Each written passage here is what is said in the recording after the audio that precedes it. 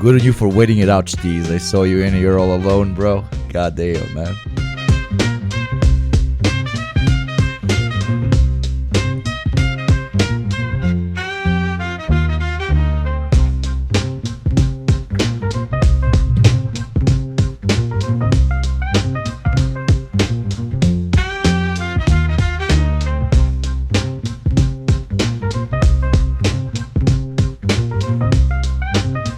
Welcome in early heads. Welcome in early heads. Today we got a late stream. Let's fucking go, baby.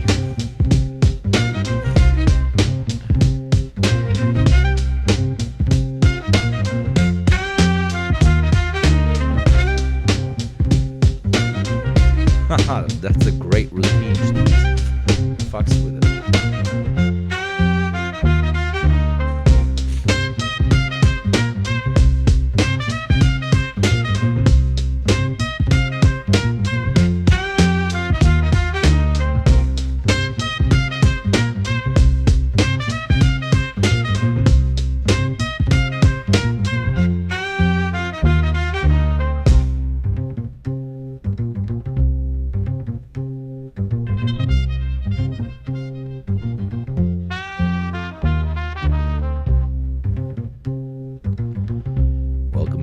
Welcome in early heads.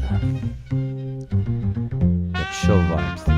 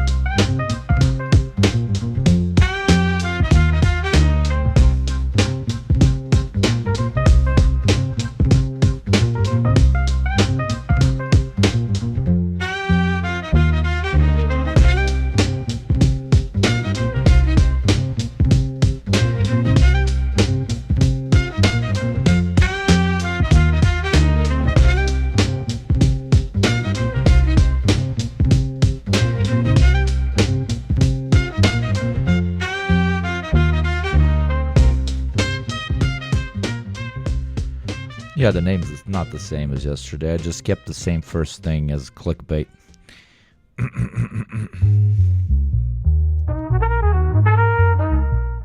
Don't we all want that Mamdousi? Okay, Mamdousi 24/7. Crack that thing open with both hands, if you know what I mean.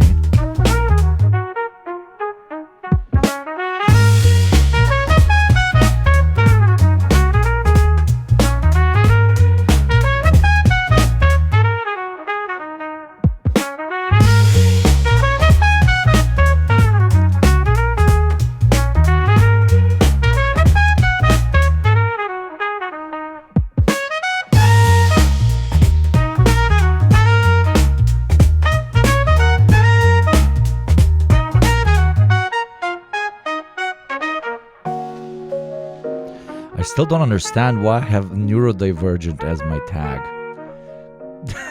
We've always had it. I have no idea why I have it, because I don't think I am neurodivergent, at least. So it's like, what?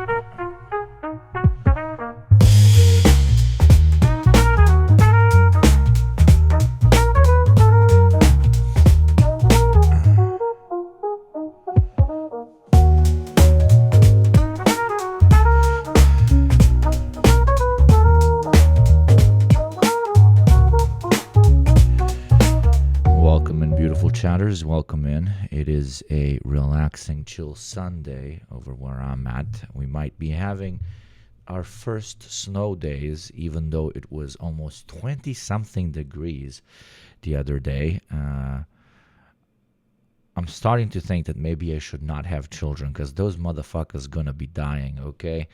Either in the resource wars, either from radiation or from the fucking heat exposure, my dude.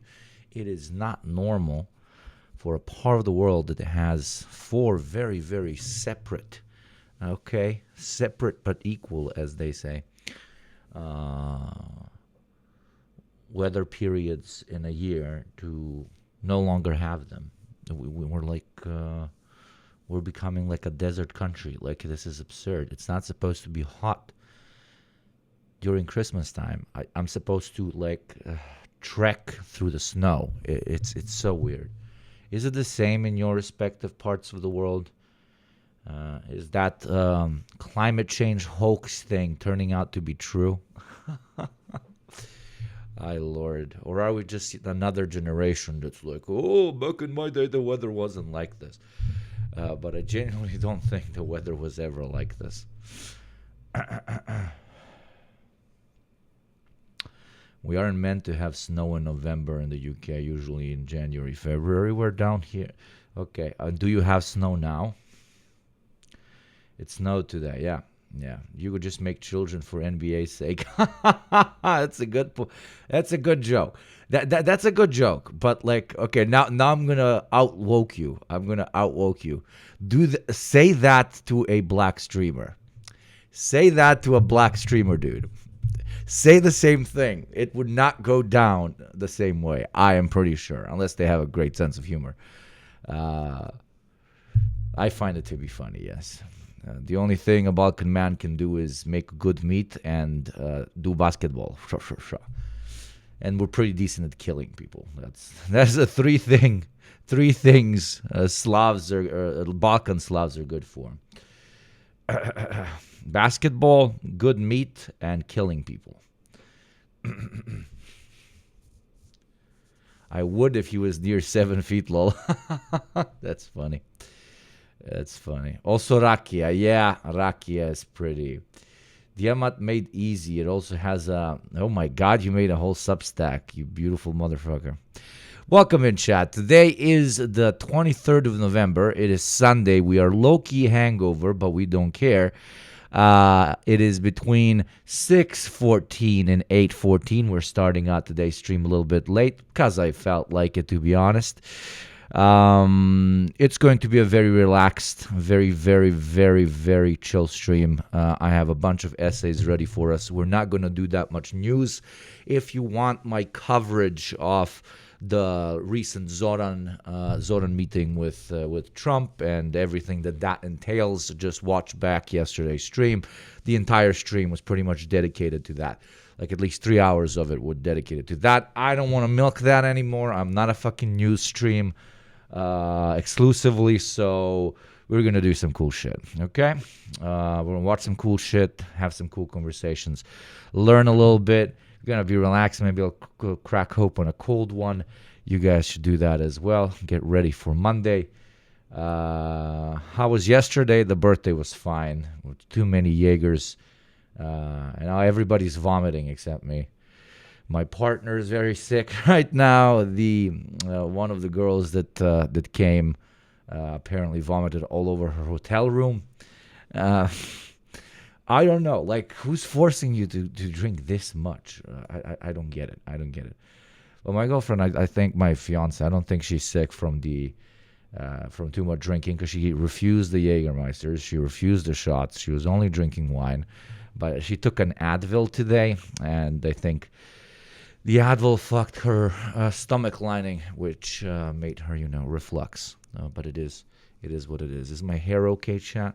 Is it looking good? It's a nice, good hair day today. You see, it's a pretty nice hair day. Okay, what is this Substack?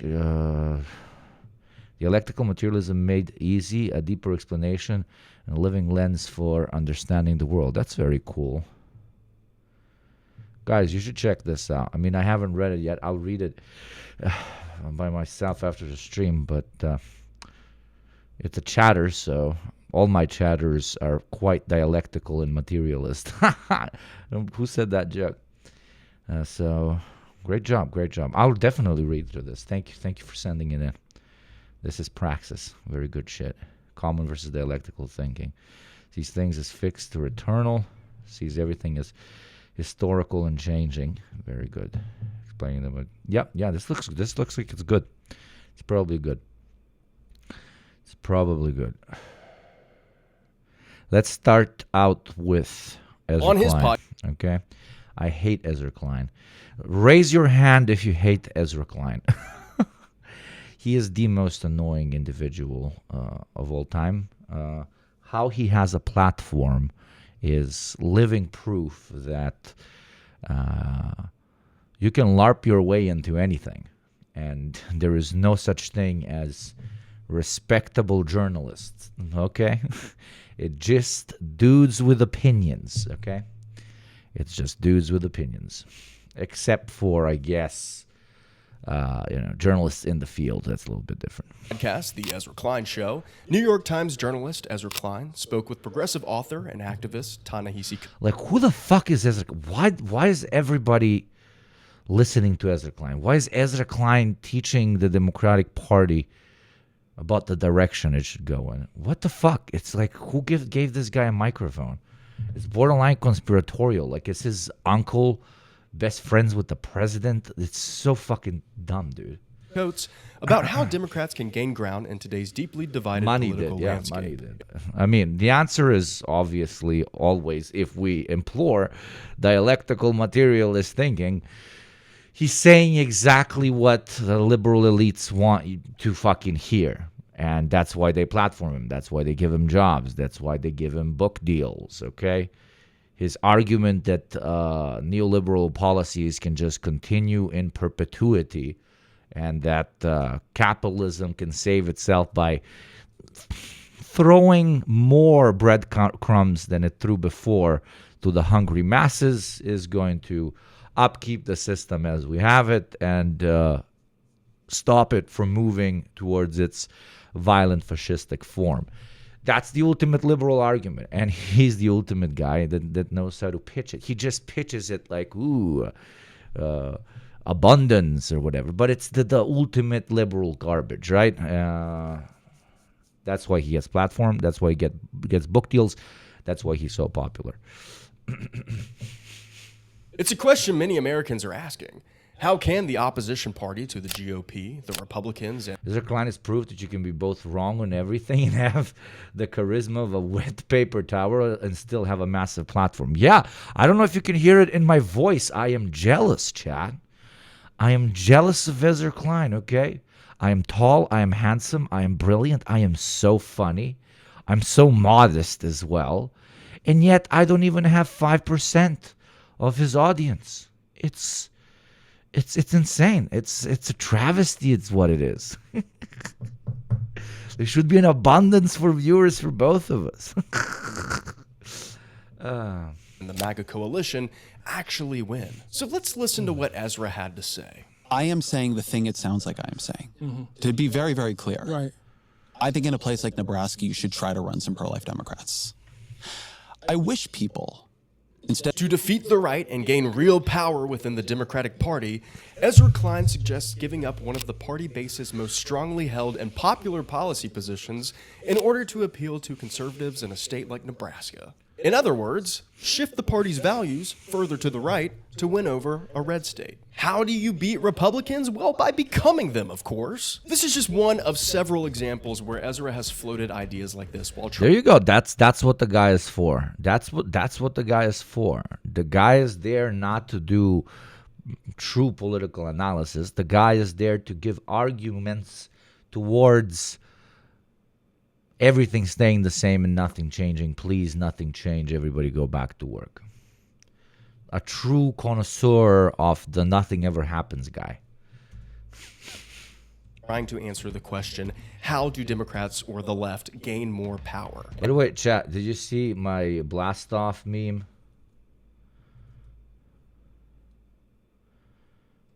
Blast off meme on Discord. I'm not gonna post on Twitter today.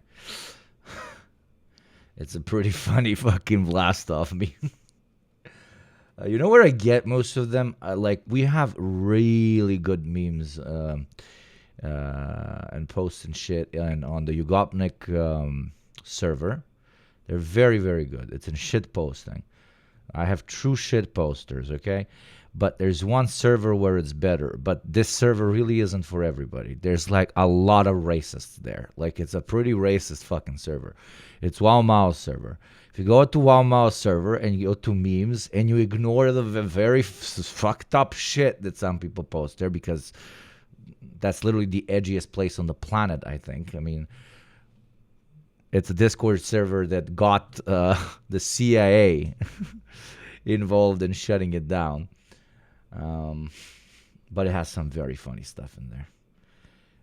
They're always at the forefront of some ingenuity. Like, look at this. What is this? What is this? It's fucking funny. That's what it is. Amigos, vieja puta, ni cocado avocado humilo o profesora vegana. Like, that's the type of shit you will see there. Like, it's or shit like this. It takes me to old internet. That's what it's like, okay?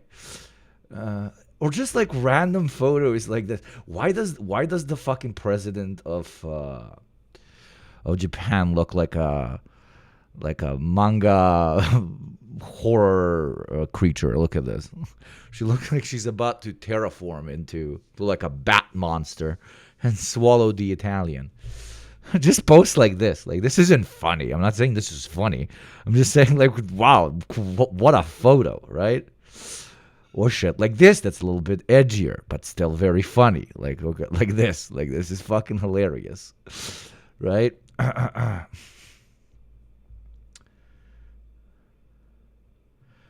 Or like, they're very good at just getting a shit ton of... They're very good at just, like, cropping stuff from the internet. Look at this. This is real. This is not invented. But, you know, nobody fucking watched this. This is 1.4K views. It's posted 2 years ago. But somebody on that server fucking found it. And that was the funniest thing I've ever seen. Like, it's so funny. It like, oh, Lord. Last one. Wait.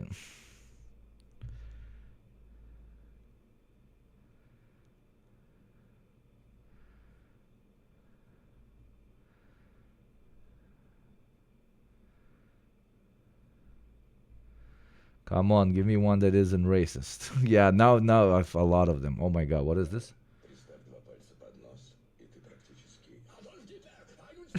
Okay, this is funny. There you go. This is funny. Ah, shit. I can't show you that one. Really downloads it. What's up, Kubashi, you legend? What is this? Is this AI? This is definitely, this is incredible. Shit like this, okay? Absolutely incredible shit, dude. Dude, I should make like a painting of this. Dude, I should print this out and put it in my living room.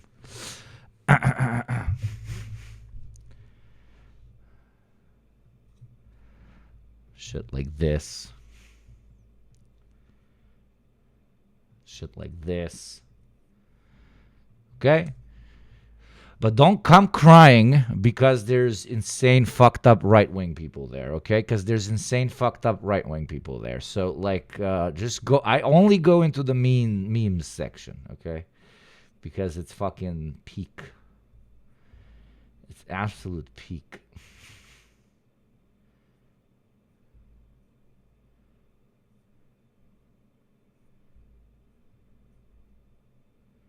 Like this, look at this. Look at this is like it's so good. Like it's so niche. It's phenomenal, okay? I paid my tax, certified British watcher. Goddamn, good for you. And thank you very much, God. Okay. You get the point now. Where the fuck is the video? Reminder to everybody to pay your taxes. Pay your taxes and pay your taxes. And this is a perfect example of attempting to defeat the opposition by compromising your own core beliefs, trading conviction for electability, trying to find a centrist middle ground to attract those who already lean to the right. Now, if this were just a random take on Twitter or some other podcaster, I wouldn't really care to point it out, and I definitely wouldn't be making this video. But this is Ezra Klein we're talking about, a New York Times journalist with significant influence within the American left. Democratic politicians on Capitol Hill seek his strategic advice, and his words and ideas have the capacity to genuinely shape the direction of the party. So with all of that being said, I have some pushback and some debunking to do. Because what Ezra Klein says... But isn't that funny how that works? They are asking for his advice because they just want everything to continue being the same way. They like what he's saying. That's why they're asking him for advice. It's not vice versa. If he was saying something else, they would not be asking him for advice. You understand what I'm saying? It's two very different situations. Matters. And like Ezra, I want to find the real answer to the question: how do Democrats win back power? And spoiler alert, I don't think taking the centrist approach is the best option. And it's actually why I think we're here in the first place. Hey, it's been a minute, and here's why you shouldn't be a centrist. If you consider yourself a part of the American left, which, despite my recent forays into the wild world of Groypers and MAGA, I personally do, then you have probably heard of a man by the name of Ezra Klein. Ezra Klein of the New York Times wields a lot of influence in some parts of Capitol Hill. Ezra Klein, who's one of the internet's most influential journalists. If you want to talk policy, Ezra Klein is the man to call. Ezra Klein has been explaining American politics for 20 years. Klein says that Charlie Kirk was practicing politics the right way. That was so funny. What a crazy era. This section of Ezra Klein's Wikipedia is funny. Which one, early life or career? Thank you for the first biddies of the day. I am a radical centrist. I believe there is a suitable midpoint between communism and anarchism. That's funny.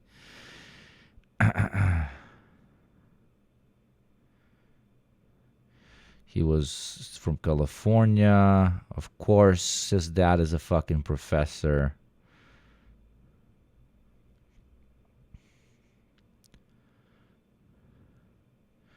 What the fuck, dude?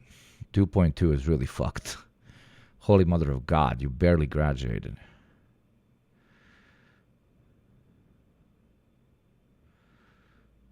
He's got a political science degree with a 2.2 GPA. There you go. There you go. Everything is explained now. We understand everything, okay? We understand everything. We don't need to read. We do not need to read on, okay? 2.2 GPA, still got into Cal and UCLA. Yeah, probably has nothing to do with the fact that his dad is a fucking professor. Definitely nothing to do with the fact that his dad is a professor. Ezra is an impressive multi-hyphenate media tour de force, a columnist, commentator, journalist, media exec, book author, who co-launched the news website Vox in 2014, and now frequently writes for the New York Times and the Washington Post. However, more than anything, if I were to sum up Klein's vocation in a single word, Ezra is a podcaster. His podcast, eponymously titled The Ezra Klein Show, regularly features among the most listened podcasts in the country, with each episode racking up millions of views across its various platforms. Klein is unafraid to breach a wide array of topics, and he does so in his trademark analytical style, punctuating his interviewees with penetrating questions and observations delivered in perfect paragraphs that make it crystal clear that Do you want a world in which Ezra Klein makes more money than Ugopnik? Well, if you want to change that, okay, if you want to bridge that gaping hole of a gap, consider subscribing, gifting to other chatters, or paying your taxes. We are 100% ad-free, and we're red as fuck, okay?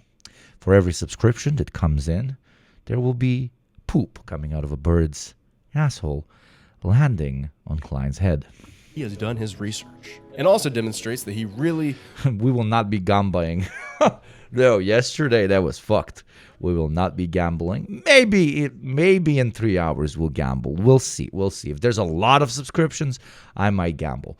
Thank you, Chuck Dies. Thank you for the gift, my friend. really loves to hear himself. I mean, the Westerners especially have been slacking this week. 10 is not a bad number, but it's a pretty weak number. Okay, especially compared to developing world comrades, really slacking with the 10, okay? Only 10 Western taxpayers. Only 10. That is absurd. That is absurd. You're trying to tell me that there's only 10 Westerners in chat that aren't broke. That's insane. Talk. Just listen to this little soundbite from a recent podcast where Ezra just muses on the lavender scare and anti-communist and anti-gay backlash emerging out of the New Deal. You end up with this amorphous omnithreat.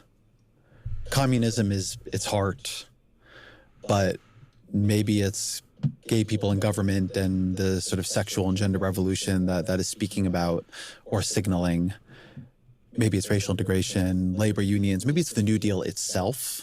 That sentence started with amorphous omni-threat and only got more convoluted from there. But look, I really don't want to turn this into a video where I just shit on Ezra Klein the whole time.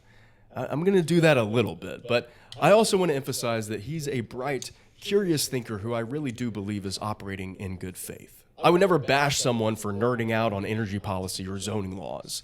We need those knowledgeable and passionate nerds if we're going to solve the world's hopelessly tangled and complex problems. My gripe with Ezra isn't that he doesn't have good ideas or that he doesn't mean well.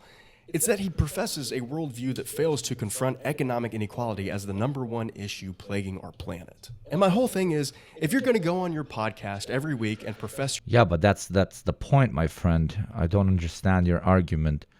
That's the point. That's the point. If you saw a guy with a swastika t-shirt and he was arguing for a, I don't know, white ethno-state, would you be analyzing and saying, this guy looks like he really believes what he's saying, but he's not addressing the class issue. He's not addressing inequality. Of course, a Nazi is not going to talk about inequality. And to the same extent, my friend, of course, a liberal is not going to talk about inequality. That's the point of liberalism, right? This video is great, don't get me wrong, but it's like being like, oh, why does the liberal not talk about inequality? Why does shit come out of an ass? Because that's what an ass is for. That's what a liberal is for, to spin the conversation away from the conversation, away from talking about class. That's the joke. He doesn't have bad ideas. He only promotes a bad worldview. What on God's green fucking earth are you saying? Your ideas to millions. If you're going to make videos like, this is how... Ben is just leading people in before he... No, of course. No. His intention is great. I'm not bashing. I really fuck with this kid. No. I'm giving you extra context to chatters. That's the intention. How the Democrats win, and text every Democratic operative in D.C. If you're going to portray yourself as the guy who has all the answers to our problems, you should probably understand what our biggest problems are in the first place. And in that regard, I don't think Ezra has any clue. In this video, I want to examine what Ezra Klein actually believes, which I contend is a certain brand of centrism rooted in the neoliberal values that I've discussed in prior videos like the 2008 one and the 4 Things MAGA Actually Gets Right video. See, Klein's particular style of centrist ideology has a tendency to earnestly address concerns of the MAGA movement, willfully shifting the Overton window rightwards. Klein expresses willingness to punt on vital issues like abortion and quibbles endlessly on his podcast over the semantics of labeling. Hypothetically speaking, maybe if we just deregulate everything, we can address everything that socialists want, except without any of the regulation. Ezra Klein, the 2.2 GPA king. Let's go. Oh, my slacking ass had a much better GPA than that. No, sorry, 2.2 is insane. A 2.2 GPA is insane. I'm sorry if you had a 2.2 GPA. I respect you. Fuck yeah. God bless, okay? You probably got a 4 out of 4 on your forklift certification test. God fucking bless, my dude. But a 2.2 is like really, you're really struggling. Like come on, it's not that difficult to write an essay. And in political science, what they test you on in political science is basically critical thinking skills. They're like, oh, this is what happened. analyze it from the perspective of philosopher X. You just need to read the guy. Sure, there's a lot of reading, but it's not that what? 2.2? And, we had the internet back then. You read a summary of his philosophy. You don't need to have to read the whole book if you're that lazy. Of course, you're not going to get an A if you don't read the fucking book, but what? 2.2 is crazy. 2.2 is pretty fucking crazy. I had a 1.7 GPA in high school. Holy mother of God. The whole fucking 4 years of high school, you had a 1.7. I had a 2.5 in high school and 3.9 in college. Yeah, I had a 3.5 in both. No, I had 3.4, I think, in college.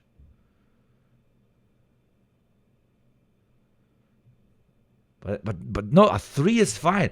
A 2.8 is fine. A 2.9 is fine. A 2.2, dude, under 2.5 is like, come on, man. It's like, come on, dude, come on. I had 4.0 in high school, and now I just have 30 credits in college with no fucking use. Is 0.4 bad? Did you never graduate, my friend?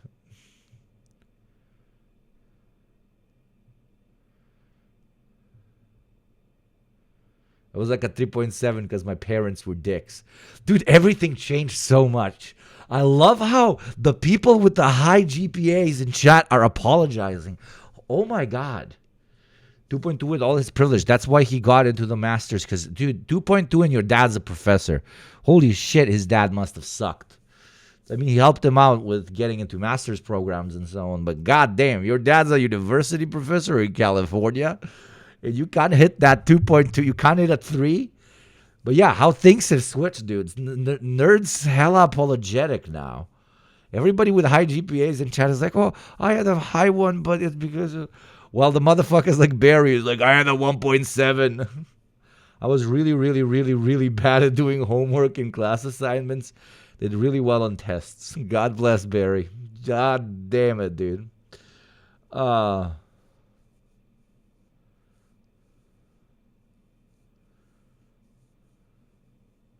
I thought you were auto-rejected from grad programs if you had under 3.0.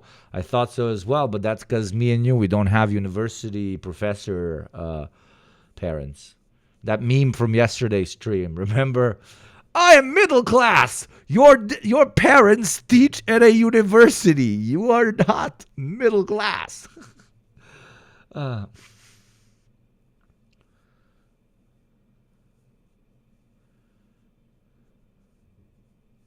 4.0 honors in my technical university. Also, I can count vanilla beans for Western corporations. Jesus Christ.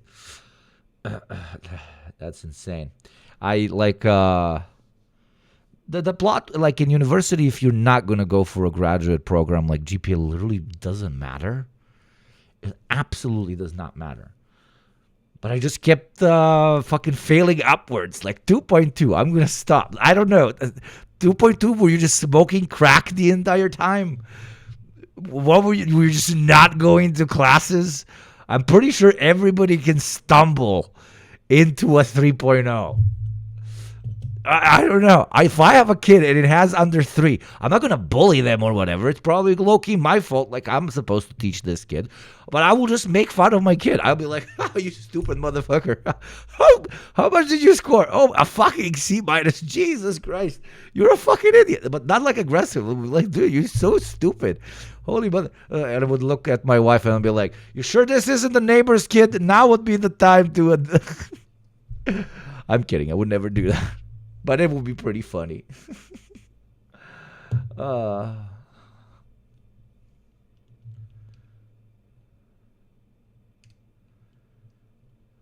Please listen to We Are Charlie Kirk, I beg you. Send me a link.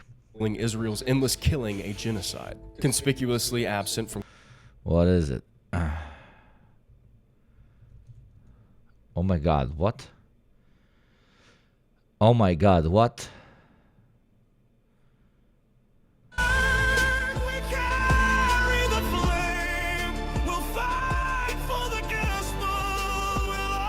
Is it this it?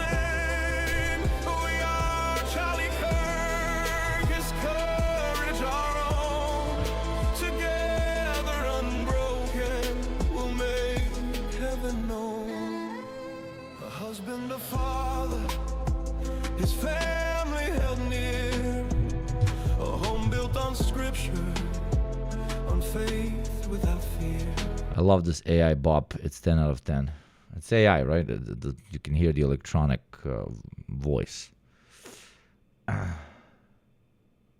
Beautiful, isn't it? It's quite impressive. Did you make it?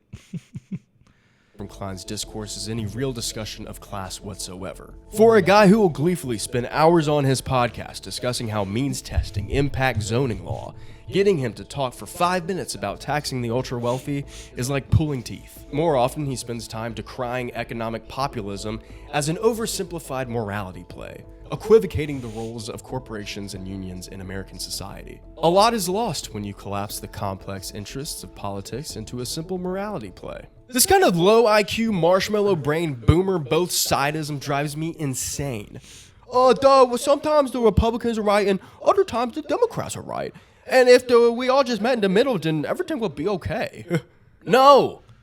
Yeah, you literally deserve to be fucking slapped in the face. Why slapped in the face? Because you're a fucking Neanderthal and you only understand that. That's not the way the world works. In the real world, the working class has enemies. Billionaire capital owners and trillion-dollar corporations are not good faith actors who can be reasoned with. As Breaking Bad director Vince Gilligan recently described the tech oligarchs, it's basically a bunch of centy billionaires whose greatest life goal is to become the world's first trillionaires. I think they're selling a bag of vapor. So if it's not economic populism and redistribution, what does Ezra think is the solution? Well, to find out, you're going to have read a little something called abundance. But before we get into abundance, I actually have another solution for a very different problem. See, I've hit that point where a few drinks at night basically guarantees I'm useless the next morning. It's like I have to decide between having a really fun night or feeling like a human tomorrow. That used to be the trade-off until I came across something called pre-alcohol. ZBiotics pre-alcohol What the probiotic fuck? isn't Is just this another the first hydration ad drink. I'm gonna watch It's actually on YouTube ever and actually order it? Is what? a probiotic created by scientists, the first of its kind, that helps your body handle what really messes you up after drinking. See, when alcohol breaks down in your system, it turns into a toxic compound in your gut. That's what causes that gross, sluggish feeling the next day. Pre-alcohol gives your body the enzyme it needs to break that stuff down before it ruins your next morning. All you do is drink it before your first sip of alcohol, enjoy your night like usual while drinking responsibly, and wake up feeling way more normal than you'd expect. Does this exist outside of the States? I might actually order this, dude. Ever since I started using it, I don't dread mornings after a night out anymore. And with all the holiday parties coming up, I'm definitely keeping a few bottles on hand. It just makes celebrating a lot easier. Just hit the link in the description or scan the QR code on screen to get 15% off your first order, plus free shipping. And the best part? ZBiotics has a 100% money-back guarantee, so if you're not into it for whatever reason, they'll refund you. This won't work on us, chat, because this is for normies that have like 4 beers, not 40. No questions asked. I don't know how else to say this, but this stuff Who said ads aren't targeted for specific audiences? I'm low-key shook, dude. actually works.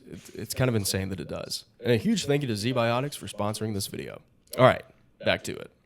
Co-authored with Atlantic author and fellow know-it-all We have chemists in here.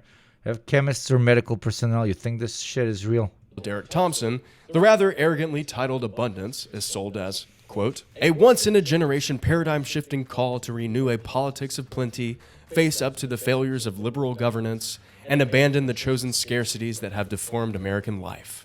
The central contention of Abundance boils down to this. Growth and innovation are being stifled by excessive government regulation. Klein and Thompson argue that by removing administrative restrictions on housing, infrastructure, and energy construction, America can build its way into an abundant future. Importantly, they don't wish to eliminate the government's role in this construction, but instead want the government to be able to act without having to contend with all the bureaucratic BS that prevents actually getting things done. And on this point, I actually agree with them. In fact, I feel like almost everybody does. Here's Bernie Sanders' take on the abundance argument. So I don't need to be lectured on the nature of bureaucracy. It is horrendous, and that is real. But that is not an ideology. That is common sense. It's good government. That's what we should have. Ideology is, do you create a nation in which all people have a standard of living? Do you have the courage to take on the billionaire class? Do you stand with the working class? That's ideology. Breaking through bureaucracy and creating efficiencies, that's good government. California should have been able to build high-speed rails by now. Zoning laws are overly restrictive in large cities. Wind farm construction shouldn't be tied to DEI incentives. All of these are narrow technocratic policy arguments, which I agree with. But as Bernie says, Yeah, that's I mean, again, we're continuing with cliches. You hook people with something that is fucking obviously true and that everybody will agree with, and then you lead them with that hook into, when it comes to abundance, basically, you lead them to being ideologically pacified. That's how propaganda works. That's it. But I don't think Ezra Klein is a genius propagandist that followed these patterns that I'm describing here. I just really think he's a fucking idiot. I think he's a cretin. I think he's a fucking troglodyte. I think he's like a fucking rock, dude. A narcissistic rock, because he's like, bro, nobody ever thought about this. Bureaucracy bad. Efficiency good. I'm gonna put it in the book, guys. This is literally the new fucking communist manifesto, dude. This is gonna change lives. Right? I genuinely, that's how this guy operates. He's just got so many connections. He's saying what the status quo wants to hear. And he's narcissistic out of his ass. And that's key to success, I guess. Get the bag king, I guess. Get that abundance. Abundun. I'm gonna abundun. No, sir, don't abundun. No, I'm gonna abundun. that's not an ideology. And when you tout your book as paradigm shifting and once in a generation, styling it as a treatise and labeling your followers abundance Democrats, you're selling an ideology. Here's an excerpt from Abundance's opening chapter, in which Klein and Thompson imagine a fictional utopia. Out the window and across the street, an autonomous drone is dropping off the latest shipment of star pills. Several years ago, daily medications that reduced overeating, cured addiction, and slowed cellular aging were considered miracle drugs for the rich, especially when we discovered that key molecules were best synthesized in the zero-gravity conditions of space. But these days, automated factories thrum in low orbit. Cheap rocketry conveys the medicine down to Earth. All of this would be possible if less bureaucracy, I think. Guys, should we concentrate on being more efficient? If you say yes, then you're members of my ideology. I am the first guy who said that, Ezra Klein. Welcome, Abundance Democrats. You want space pills that make you live forever? Welcome to the Abundance ideology. It is good to have you here. Now give me money. Pay subscriptions. Fucking hell. Have you seen the government report in the U.S.? 100 million people are going to lose their jobs over 10 years, as well as the leaked document saying how Amazon plans to replace 600,000 workers over the next few years. All this because of the profit motive in capitalism. Fuck's sake. Yeah, dude, that's a contradiction piling on top of other contradictions. So long term, we want this to happen. Okay, we not want this to happen. This is inevitable, and when this happens, the contradictions will become so engorged that the pressure valve will need to be turned, and revolutionary optimism and class consciousness will only grow. Thank you very much, Zin Demon. I'm going to have a Zin in your name now. Thank you for the 5 months. I drank with a Dutch guy yesterday. He gave me these Velos, but they were like a white package here. They were really good. Really, really good. We don't have them here.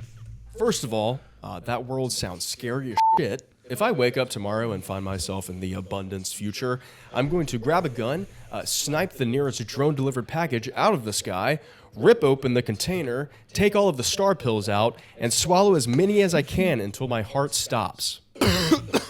But I want to focus in on one particular part of that scenario. The line, years Thank you, Rayvax leftist. Thank you very much for the sub.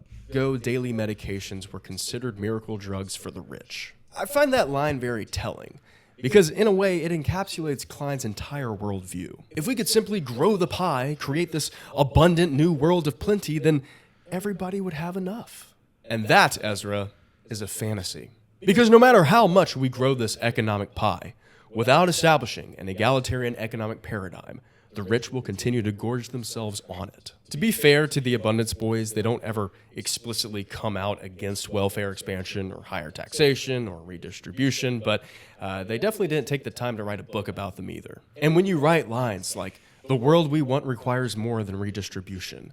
We aspire to more than parceling out the present." When you consistently and repeatedly argue that Medicare for all is not politically possible in America for years, as Ezra Klein has done, and when you sell zoning law reform as the panacea for all of America's ills, what are we supposed to think? Another issue I have with Abundance is that it completely fails to consider the negative externalities that could arise when pursuing Thank you, Kubashi. unfettered growth and innovation without accompanying redistribution. Author Matt Brunig makes this point rather eloquently in his review of Abundance, in which he notes that the pursuit of government-led growth in tech without accompanying redistribution is precisely what birthed Elon Musk in the first place.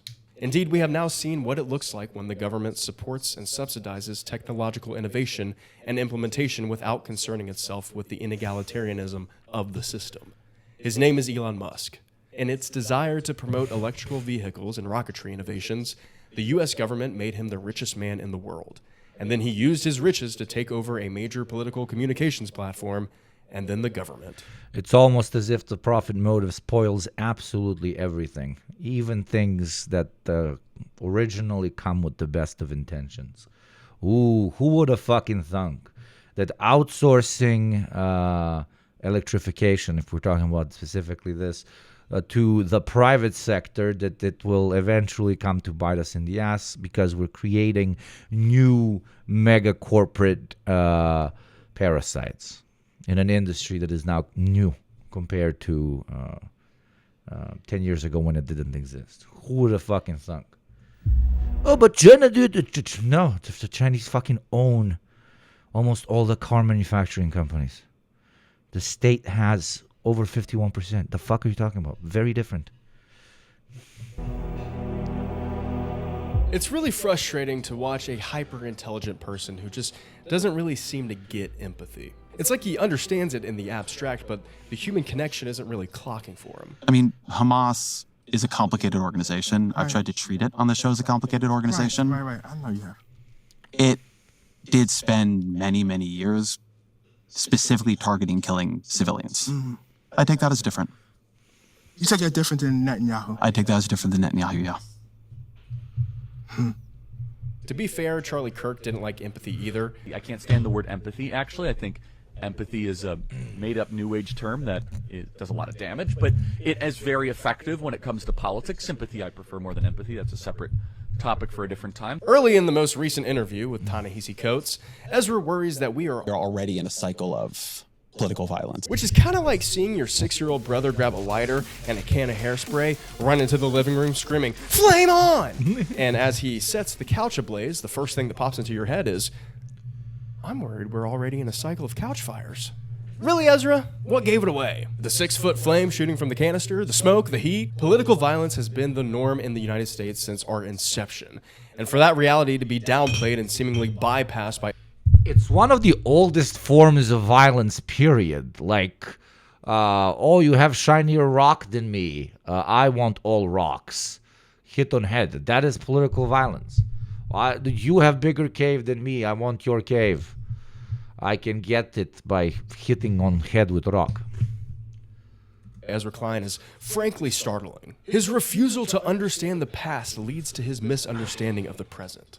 So he asks Coates, what does it mean to be in this political community together? Meaning people who fundamentally disagree with him. Coates' reply is earnest when he lets Ezra know. Well, first of all, I think it's a truth. You know what I mean? I think it's it's a foregone, like we are. I really, really believe that, you know? Ezra has to be once again pulled from his Matrix-esque double life that he fantasized in Abundance and made to understand that a majority of Americans, especially Black Americans, trans Americans, and immigrants, are living with these people who do not respect their basic humanity. They're their bosses, their co-workers, their waiters, their bus drivers, and teachers. Klein tells Coates that he would... I would like to see people on our side. Yeah, go to evangelical churches, go to places that feel unfriendly, have. Turns out he doesn't want to create an ideological movement with principles. He just wants to win elections. Oh my God. Ooh. And everybody's jaws remained clenched. Conversations. Well, Ezra, I have some good news. People on our side have done that. It kind of reminds me of when Ta-Nehisi Coates went to West Point to talk about the history behind Confederate iconography on its campus. You should have him on your show. Oh, look, he's sitting right across from you. Oh my God. I know for instance, I have. Like, I know for instance, I don't know if it's on YouTube anymore, but I received an invitation, for instance, I think about when I went up to West Point and I had to go up there and talk about Between the World and Me. I had to challenge them very, very directly about what it meant to have, at that time, Confederate memorials up there. Do you really not recognize the kind of culture I'm talking about here? Like, really? He asks Ta-Nehisi, what happens if the dominant political force in the country falls on the other side of the line of what we deem acceptable? I'm saying, what happens if 35% of the country, 40% of the country, the dominant political force in the country is inside that? Does that change anything? Or no, like the line just holds? No, I mean, welcome to Black America. That's our history. The line we have drawn in general has not been majoritarian politics, unfortunately.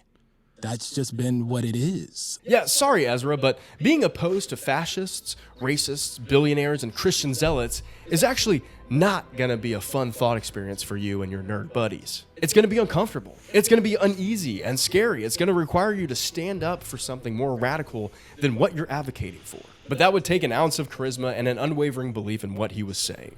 And that belief, that passion that possesses people to stand up and be heard, to fight, to die for what they believe in, is yet another thing Ezra can't relate to. The benefit of becoming a well-known... Because he's a businessman that sells the opposite opinion, that sells passivity, that wants to turn all of us into fucking worms. That's the point of his shit. That's the point of his shtick. Political commentator and Democratic insider, you've got a lot of scoops. You have a very deep understanding of the polling. You've seen the data. But funnily enough, if he started doing that, they would get rid of him. That's the meme, okay? You've even talked to the nerds who harvested it. The problem? It's that all this data doesn't have a conscience. It doesn't have kids. It doesn't work or go to school. It doesn't face fear and hunger and hatred. It's not reality. It's binary.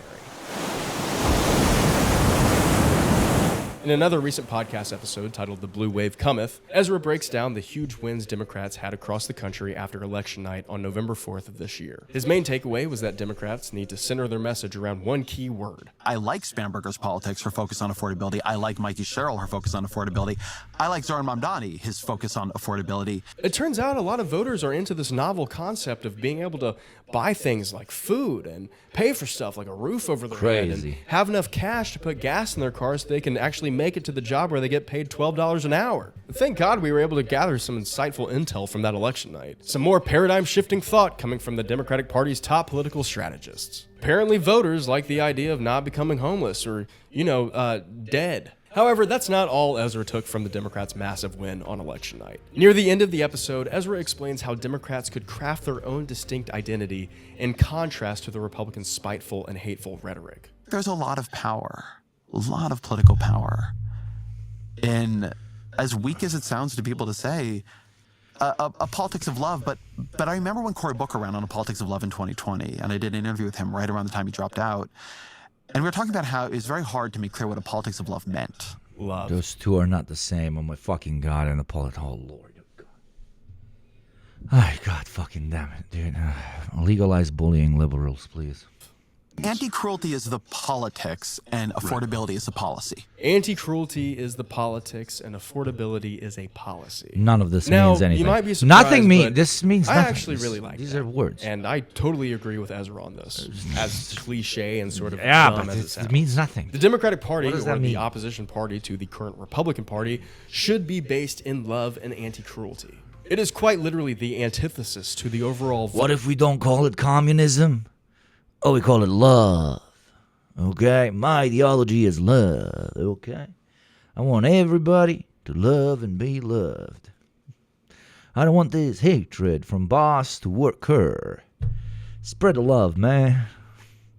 Capital and love, aren't they the same thing? Vibe of the Trump administration. And That's what I would call an opposition party. But I think that has to start with holding firm to the values that have been core to the Democratic Party and its voters. For example, suggesting the party run a pro-life Democrat in Nebraska doesn't really feel like an expression of love to me. And it definitely wouldn't feel very loving to the women in Nebraska that no longer have bodily autonomy because we threw them under the bus to get a few more votes. Also, of all the politicians to bring up to describe the politics of love, Cory Booker is definitely an interesting choice. Look, I'm one of a handful of people that don't take corporate PAC money. I don't understand my Democratic What Party. about APAC money? You take APAC money, don't you? A minuscule percentage of my resources come I from read it's like 800,000. Yeah, but that's a lifetime number. I'm not trying to act like some moral authority here, but taking $800,000 from AIPAC and consistently voting to approve additional military funding for Israel, ensuring that they don't run out of their hot and ready missiles for their ethnic cleansing campaign in Palestine, doesn't really align with what I would call a politics of love. So while I agree with Ezra on where the party should go, this seems to contradict a lot of what he said in the past. Because I don't think compromise and love can go hand in hand. Not in politics, anyway. Why do we have to... That's the whole point. That's the whole point. He is pushing us right. That's the idea. Okay? Liberal rhetoric can push you right. They're the kings at it. They're better than any fucking conservative. Because when a liberal pushes you right, he convinces you that you're a good person. When a conservative pushes you right, he convinces you that you are a realistic person, that you're a rational person. But you don't have that, you know. You don't have that warm feeling of feel good while letting the poor fucking starve. That's what a liberal gives you. That's why it's so potent. Give up on values and marginalize people just to win over a few votes in a red Midwest state. And this is my biggest gripe with centrism as a whole. It seems like being a centrist essentially just means always being one step behind the opposition. So if the plan is to eventually cave to Republican policy later on down the road, why even vote Democrat in the first place? If the destination is the same, then we're just voting to slow down the inevitable dismantling of democracy in our country as a whole. But you know what? That's the point. That's his ideology. Maybe this is an unfair way to treat the ideology, if you want to call it that, of centrism. Ezra Klein is not our biggest obstacle to real change. He's not a bad person, and he's not the reason Democrats lost in 2024. So what does genuine centrism actually look like? And why do I blame it for getting us here in the first place? Let's zoom out for a moment. By the late 1970s, a political and economic ideology called neoliberalism started gaining real traction among people in power. Neoliberalism has sort of become the go-to villain when people critique the failures of modern liberal democracy. And honestly, for good reason. It laid much of the groundwork for centrism to take hold in American politics. Neoliberal policies began emerging toward the end of Jimmy Carter's presidency, but they were really cemented by Ronald Reagan in the United States and Margaret Thatcher over in Britain. In it, mate. But what does it actually mean? At its core, neoliberalism is the idea that the best way to run a society is to let the markets do all of the work. Free markets, minimal government interference, and personal responsibility. That's the formula. If you're American and maximum government when it comes to invading other countries, of course. These three main tenets sound familiar. Maximum government when it comes to crushing unions. Maximum government when it comes to policing poor neighborhoods, okay? That's because they are. No matter which party you voted for since the 1980s, both have largely followed the same neoliberal playbook. This is what people mean when they talk about the American Uniparty. Two supposedly opposing sides that might clash over some social issues, but ultimately agree that neoliberalism is the only way forward. Sure, some politicians and activists have drifted a little far to the left or to the right, and some voters start to question whether these neoliberal ideas are actually working for most Americans. But the Uniparty's job is to keep the culture wars and the identity politics front and center, to distract from the deeper economic rot that runs through both parties. That being said, over the past 40 years, while Republicans have continued to push for deregulation and tax cuts, Democrats have at least delivered some meaningful, if limited, progressive wins. Expanding healthcare through the Affordable Care Act, legalizing same-sex marriage, raising wages across some states, creating the Consumer Financial Protection Bureau, and investing billions into clean energy through the Inflation Reduction Act. They were forced into all of those by the masses, right? These were not policies led by the Democrats. The Democrats readjusted to their political voting body, fucking with all that stuff, okay?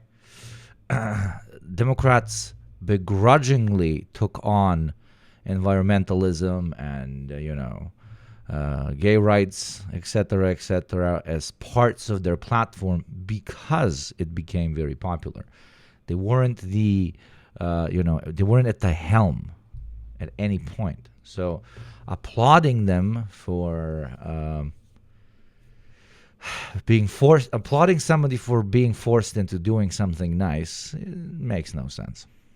All of these have provided real, tangible benefits, even if they haven't fundamentally changed how the system works for the better. Or, as Ezra Klein would say, shifted the paradigm. So when the party forfeits some of these beliefs in the hopes of winning small populations of Republican voters, well, you'll always lose. And not only do you lose, but you change the title? Why? You shift the country further to one side of the political spectrum. See, in practice, centrism isn't about finding the middle ground. Thank you very much, Per Tenebras, for the subscription. And as we're hitting hour number 1, a kind reminder to everyone that this is a 100% sponsorless and adless, principled socialist show. If you want to support it and the other projects I participate in, I encourage you to click that subscribe button or make somebody else's day by gifting a bunch of subbies to them as well. And who knows, if it goes well today, we could gamble again like yesterday, because that was fun. And I'm looking forward to not losing every single time. And by gambling, I mean we do the thing where if anybody gifts over 5 gift subs, I tell them, should I gamble or not? And then I do like a number generator thing, and if I get a number that's divisible by 2, I have to gift the same number of subs to the community as they had. So you're basically gambling into potentially doubling how much you're giving to the show. Pretty fun shit.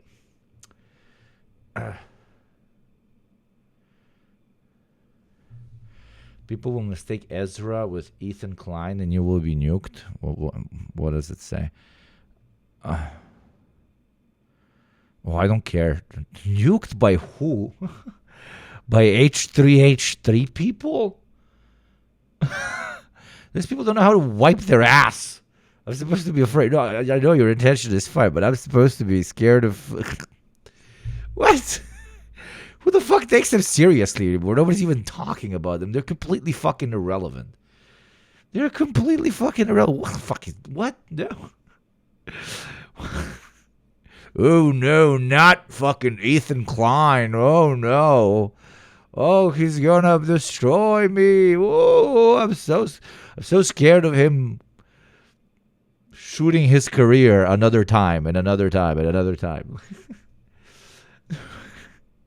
If Ethan Klein runs at you with a fucking knife, you should literally slow him down because there's a very high chance he will slip and gouge his fucking eye out. Never has there been a weaker motherfucker on this planet of ours, nor a weaker community. What did they achieve, bro? Is Hassan canceled? What the fuck did they achieve? Motherfuckers called Israel. Motherfuckers called politicians. Motherfuckers called executives in Twitch, and they still couldn't do it. Motherfucker, what? Scared of H3H3, dude. Ay, Lord. I'm more scared of the fucking grandma on the first floor. It's about compromising for the party that wields the most power. And recently, the Republicans are that party. Take, for example, immigration. In the Clinton years, both Democrat and Republican leaders discussed immigration issues in pretty similar tones. All Americans, not only in the states most heavily affected, but in every place in this country, are rightly disturbed by the large numbers of illegal aliens entering our country. And for most of the 90s... Thank you, Laubfrau, you fucking legend. Thank you very much for the 5 gifties. Okay, well, political, thank you very much for your taxes.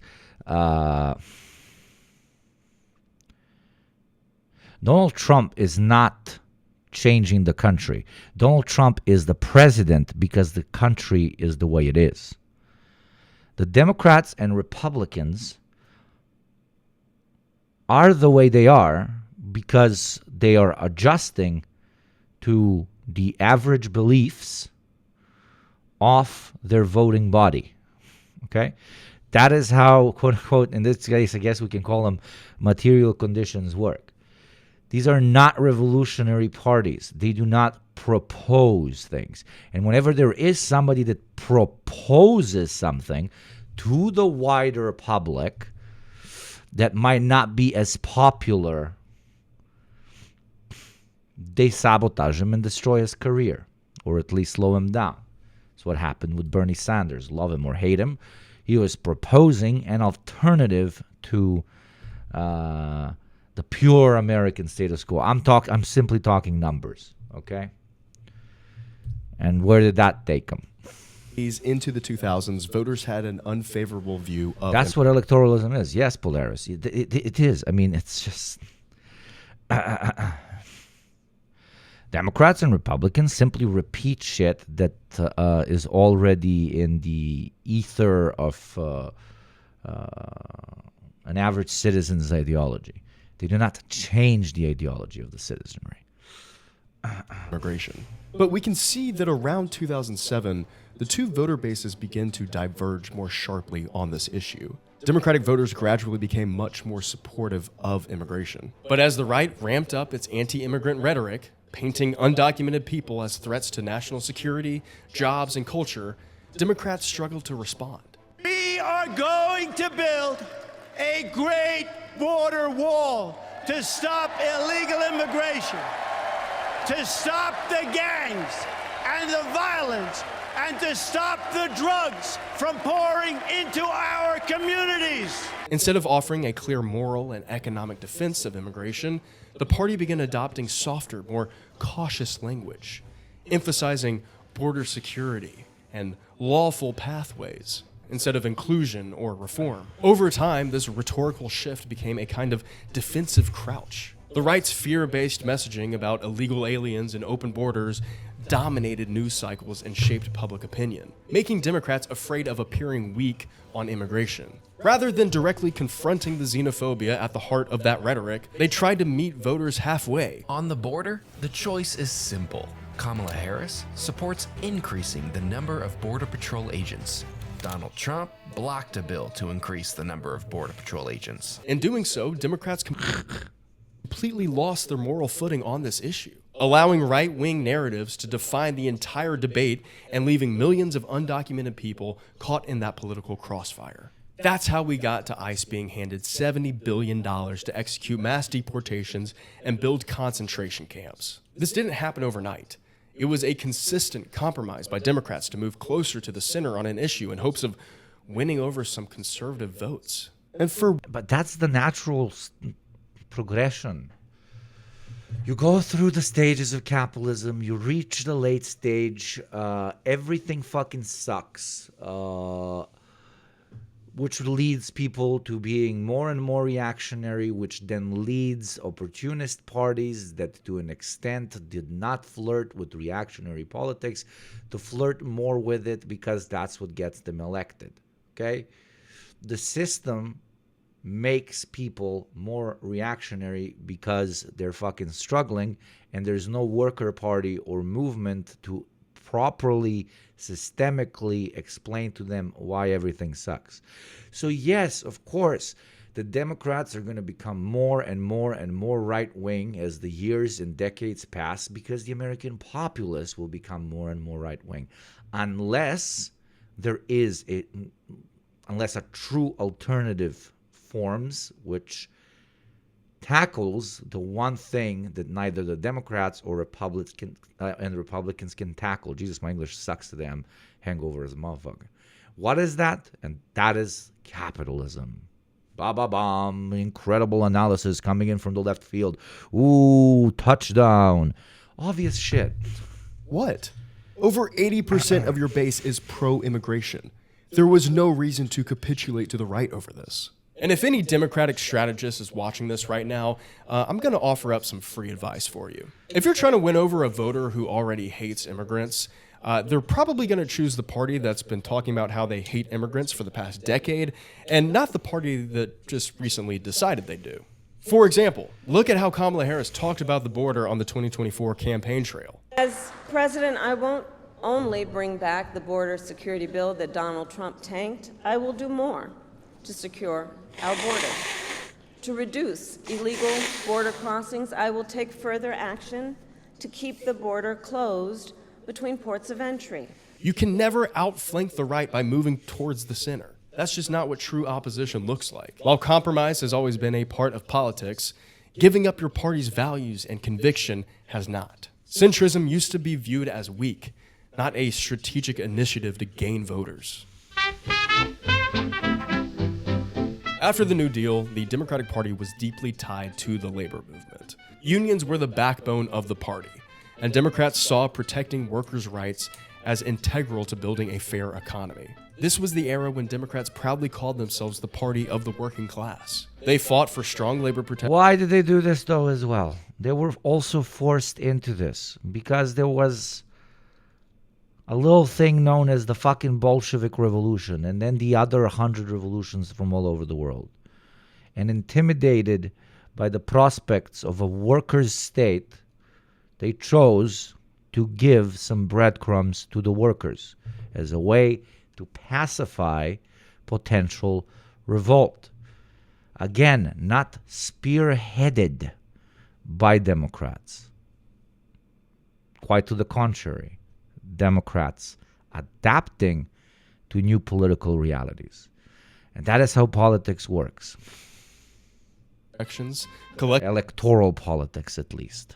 Collective bargaining, higher wages, and social safety nets that lifted millions out of poverty. The government wasn't seen as the enemy of business, but more as a referee, ensuring that ordinary people had a fair shot in an economy that often favored the wealthy. Throughout the mid-20th century, pro-labor Democrats positioned themselves as the defenders of economic justice. Leaders like FDR, Harry Truman, and later Lyndon B. Johnson viewed government intervention not as overreach, but as a necessary tool to protect people from corporate exploitation. The result was an unprecedented... A necessary tool to quell the development of true workers' movements that very much so existed in the United States of America, from developing into full-fledged parties and movements and so on. Pacify, pacify, pacify, pacify. You can never trust the liberal. Extended period of prosperity. And sure, that was good, I guess. Sure, it was quote-unquote the period of prosperity. God bless, whatever. Where productivity and wages grew together. But it was a period of quote-unquote prosperity because we forced them into it. Because workers' movements forced them into it. Because working people forced them into it. Because working people said no more. Unless you give us some shit, we're literally going to burn down the White House. And before all the socialist revolutions from across the pond, it was much more difficult to argue if it's possible to take over the state with a red hand. But now, there was a perfect example from across the street that you could point at. And what was only theory, many now believed can be put into practice. So, in order to avoid that, they gave us crumbs. They always give us crumbs when they have no other motherfucking choice. So you want New Deal Democrats, you want to really push the Democratic Party to the left, you got to scare them. Is there political will to do so at the current moment in the United States?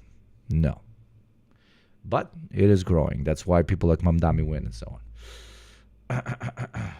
Because people are pissed. Workers actually shared in the wealth they helped create. It wasn't perfect, of course. They aren't scared anymore, so they took the crumbs back. Exactly, my friend. Exactly. Gains often excluded women and people of color, but it represented a clear ideological contrast. Democrats weren't afraid to oppose the right on economic grounds because they believed that labor, not capital, was the true foundation of the American economy. So yeah, I think that when you They were afraid of labor fucking cutting their throats, but yeah.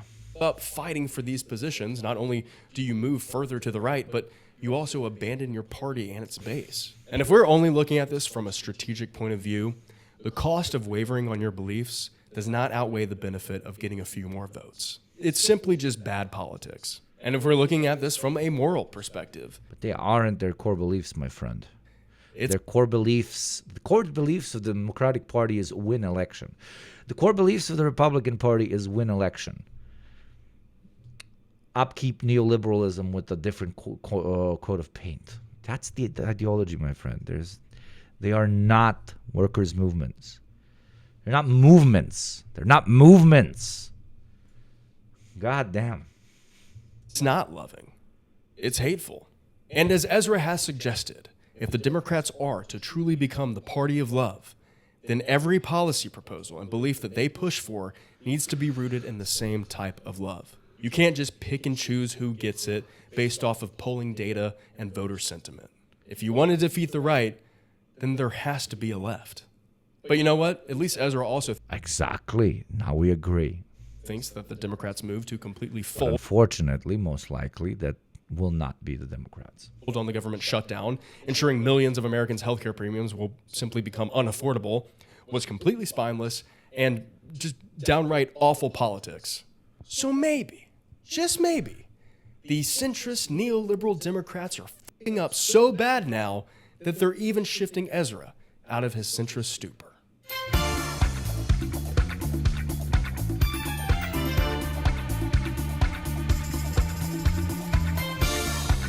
My Lai Massacre.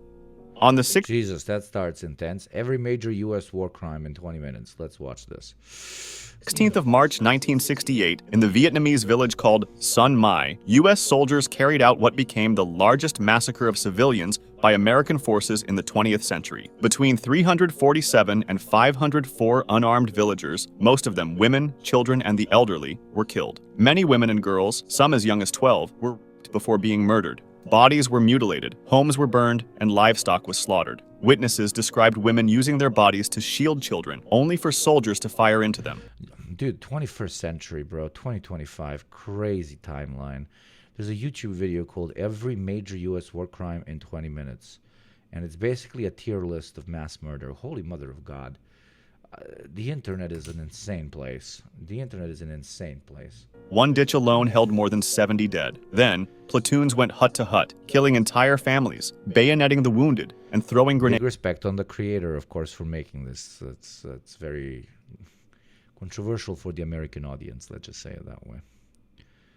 Alternative title, How Every Major U.S. War Crime Was Left Unpunished. Yeah, let's see if the heroes come home to roost or not. Soldiers later testified that their orders had been to destroy everything, leave nothing, and treat anyone still there as the enemy. One soldier intentionally shot himself in the foot to avoid taking part. A few, like Michael Bernhardt, refused to kill and later helped expose what happened. The massacre might have been even worse if not for Warrant Officer Hugh Thompson Jr. and his helicopter crew. Flying low over the village, they saw women and children being slaughtered, and at one point, Thompson landed between U.S. soldiers and terrified civilians, ordering his own gunners to fire on Americans if they kept killing. He personally evacuated survivors by helicopter, saving dozens. At first, the massacre was reported as a great victory, claiming that 128 Viet Cong were killed, and the unit was congratulated. Officers up the chain of command worked to hide the truth, but later on, when veterans like Ronald Reidenhauer spoke out and journalist Seymour Hersh investigated, the world learned the real story.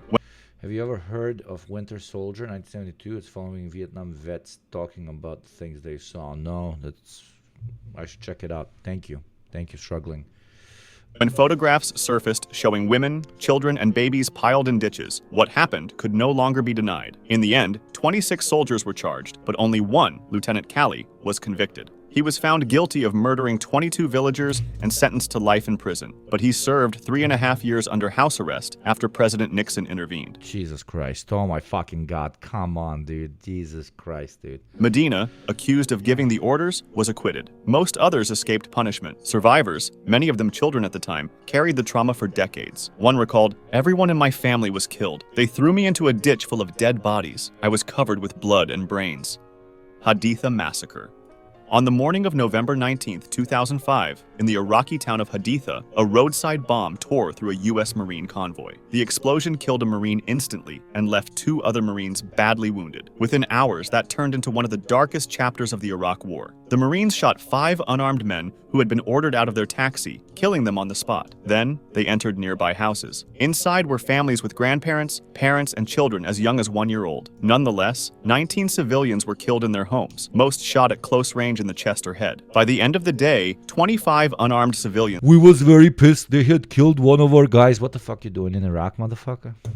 were dead, with Those dudes would not have been blown up if they weren't driving a military vehicle in a foreign country, motherfucker. the youngest victim being just 3 years old. The Marine Corps' first official story was false. They claimed that 15 civilians had been killed by the roadside bomb, and that 8 insurgents died in a firefight afterward. However, an Iraqi human rights worker filmed the aftermath: bullet holes in walls, bloodstains on floors, and bodies of women and children with gunshot wounds. A Time magazine reporter then began investigating and found that doctors at the local hospital confirmed that none of the bodies showed bomb injuries, but close-range gunshot wounds. A 9-year-old girl who survived said she saw her grandfather shot first in the chest and then in the head, followed by her grandmother. Investigations stretched on for years, and at first, 8 Marines were charged, but case after case collapsed. Some Marines received immunity in exchange for testimony, while others had their charges dropped. By 2008, nearly all charges were gone, and the only Marine punished was Vuteric. He admitted to negligent dereliction of duty, lost rank and pay, but avoided jail. For many Iraqis, this outcome was unbearable, as families who had lost multiple relatives in one morning saw 6 years of U.S. military prosecution end without a single Marine imprisoned. Survivors called it an assault on humanity. Lawyers for the victims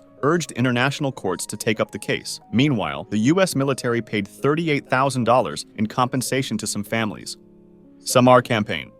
Kill everyone over the age of 10. Those were the words of General Jacob H. Smith during the Philippine-American War in what became known as the Pacification of Samar. His order did not apply only to armed enemy fighters, but to everyone, as he wanted to turn the island into, in his own words, a howling wilderness. The situation leading up to this was already tense, as just months earlier, Filipino fighters together with local townspeople had carried out the Balangiga massacre, where in a surprise attack, they killed 54 and wounded 18 U.S. soldiers. That's when the U.S. government sent General Smith to Samar, who made it clear that he wanted no prisoners and asked for everyone capable of bearing arms to be killed. When Marines asked him what exactly capable of bearing arms meant, Don't you love it when, American quasi-intellectuals point at some random place on our beautiful rotating rock, and they argue that people there are irrational, uncultured, and barbaric because they are caught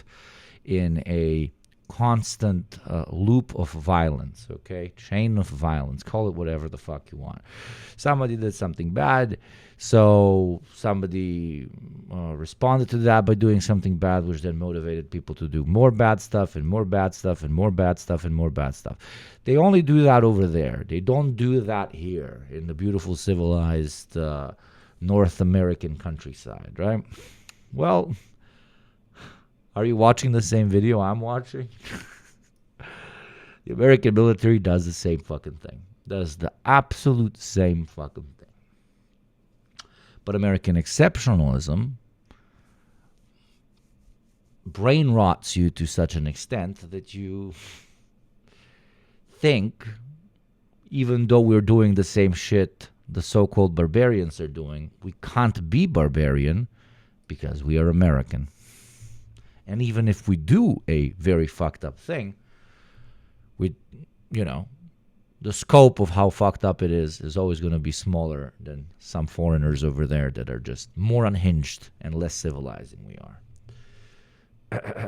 explained that it meant boys as young as 10 years old. Waller himself, the major leading these Marines, partly resisted these instructions, telling some of his officers not to target women and children. Still, over just 11 days, he reported that his men burned 255 homes and killed 39 people. Civilians saw their towns and food reduced to ashes. The number of deaths will never be fully known, but broader estimates suggest around 2,000 to 2,500 civilians were killed. The campaign became infamous in the United States once reports reached home, and Smith was put on trial in May 1902, but not for murder or war crimes. Instead, he was found guilty only of conduct to the prejudice of good order and military discipline, a minor charge. His punishment was just a formal reprimand to calm public They call it the United States of Amnesia. It's also interesting how all U.S. war crimes come after an attack from the locals, of course. anger. He was quietly forced into retirement. Waller himself was also And then you say, why are the American troops there? And then they say, oh, because they did something fucked up to us. And then you ask, why did they do something fucked up to you? And then they're quiet. But it's usually because you did something fucked up to them. Turns out America is 0% special. It just does fucked up shit because imperialism and war and resources and me big, you small, I crush. Whoa. Whoa, who would have fucking thunk? Related. I see a Kubashi link, I click, okay? We are Charlie Kirk, we carry the flame. Very funny. I just got crooked. Motherfucker. Oh no, that's not. No. This is something else. Oh shit, no, I didn't get crooked. No, I actually did. No, wait. No, I didn't get crooked. Sorry. Our blessed homeland, their barbarous wastes. Our blessed homeland, their barbarous wastes refers to a political cartoon created by Tom God that later turned into an exploitable object labeling meme and used to satirize the way one community looks down on another despite the clear similarities between the communities. Very good meme. Yeah, our blessed homeland, their barbarous wastes, their wicked despot, our glorious leader, their primitive superstition, our great religion, their backward savages, our noble populace, their brutish invaders, our heroic adventurers. Such a good one. That's a really good one. It's a really, really good one. And to think I thought you were kirking me. You kirked yourself. Yeah, that was... I got... Death by Kirk. Later put on trial for ordering the Death by Snoo, death by Kirk. execution of Filipino porters, but he was acquitted. Think he was heavy? When he fell, he looked heavy. Nisour Square Massacre.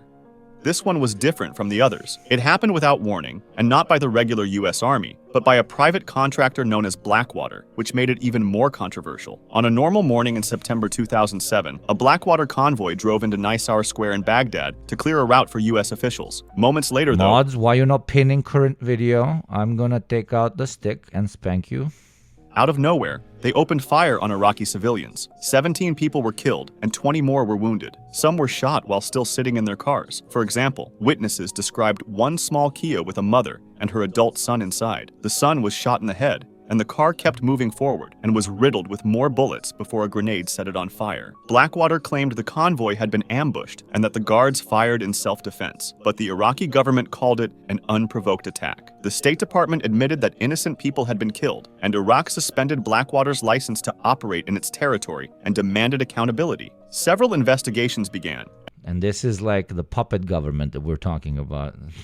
When the puppet government doesn't let a particular type of military operate in their country, you know it's bad. And a U.S. military report supported Iraq's version of events, saying Blackwater was at fault. The FBI concluded that at least 14 of the 17 people killed had been shot without justification. Some Blackwater guards themselves told investigators that the shooting was wrong. One guard even kept firing after others shouted for him to stop, until another contractor aimed his weapon at him to force him to stand down. The massacre raised questions about the role of private military contractors, and Iraq demanded punishment for Blackwater and pressed for compensation. In the U.S., the House passed a bill to bring contractors under U.S. criminal law in war zones, though the Senate did not vote on it. Then, the State Department told Blackwater its security contract would not be renewed, and years later, the case reached U.S. courts. In 2014, 4 Blackwater guards were convicted in federal court. One of them was sentenced to life in prison, while the others received 30 years each under firearms laws. There were some appeals, but in the end, the man originally sentenced to life was once again given life in prison, while the other 3 had their sentences reduced to about half of what they were before. Later on, however, there was a final twist. In December 2020, President Donald Trump pardoned all 4 men. The decision triggered outrage in Iraq and harsh criticism from United Nations experts, who said the pardons violated U.S. obligations under international law.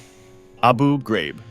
The photo. That's maybe why we have international courts. Okay, maybe that's the idea behind it. Okay, and prisons for war criminals that are not in the country the war criminals are from, because turns out politicians will just let them go. Pretty crazy, isn't it? Violated U.S. obligations under international law. Abu Ghraib. The photos from Abu Ghraib are widely known around the world for how disturbing they look, but the background is even darker. To the public, Abu Ghraib was a normal detention and interrogation facility, but it wasn't at all. Inside, there was sexual humiliation to lengths we can't go to for obvious reasons: torture, physical abuse, and rape.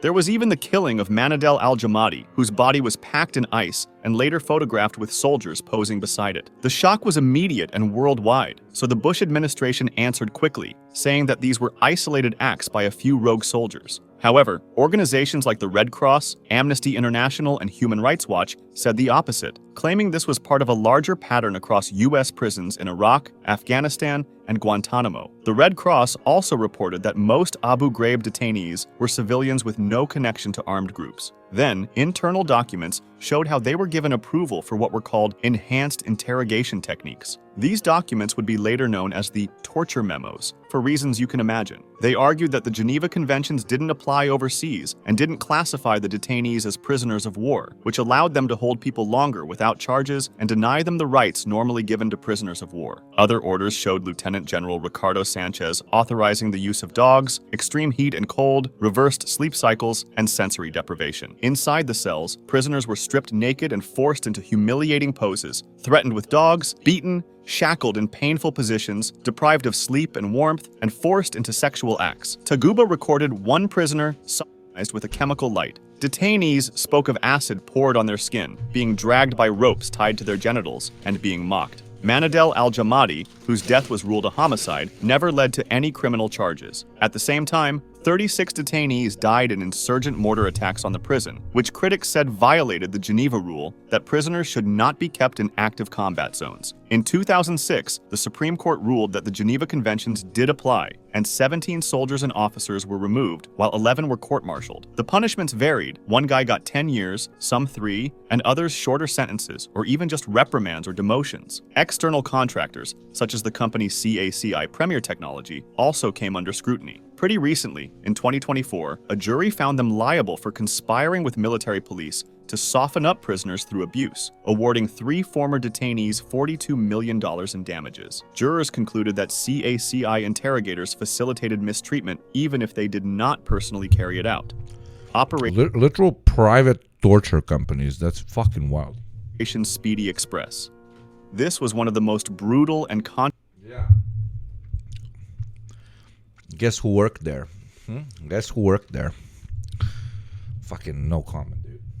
Controversial U.S. campaigns of the Vietnam War. You can get an idea of what really happened when you hear that the Army reported about 11,000 enemy killed, but recovered only 750 weapons from the dead. Operation Speedy Express, carried out from December 1968 to May 1969, and run under Major General Julian Ewell, had the official goal of destroying Viet Cong bases, cutting supply lines, and re-establishing U.S. control over a region considered a stronghold of the Viet Cong, the Mekong Delta. On paper, the operation looked like an overwhelming success, considering that just 242 American soldiers died, while the enemy lost 11,000. With a ratio of 45-1, it looked like a decisive victory, but the numbers hid something darker. The fact that only about 750 weapons were recovered means that thousands of those killed were probably unarmed civilians. The Army's own Inspector General later estimated that between 5,000 and 7,000 civilians were killed during the operation. The campaign relied on overwhelming firepower, like helicopter gunships, artillery barrages, and fighter bomber strikes, in a heavily crowded region with civilians. This basically turned entire areas into free fire zones.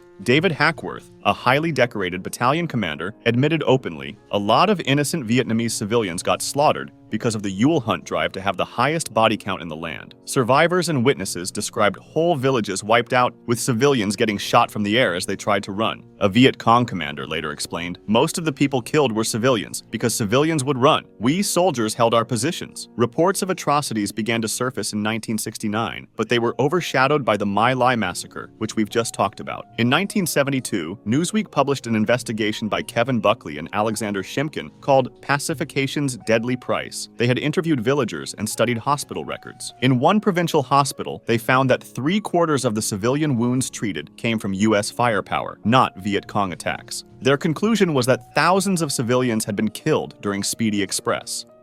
No Gun Ri Massacre.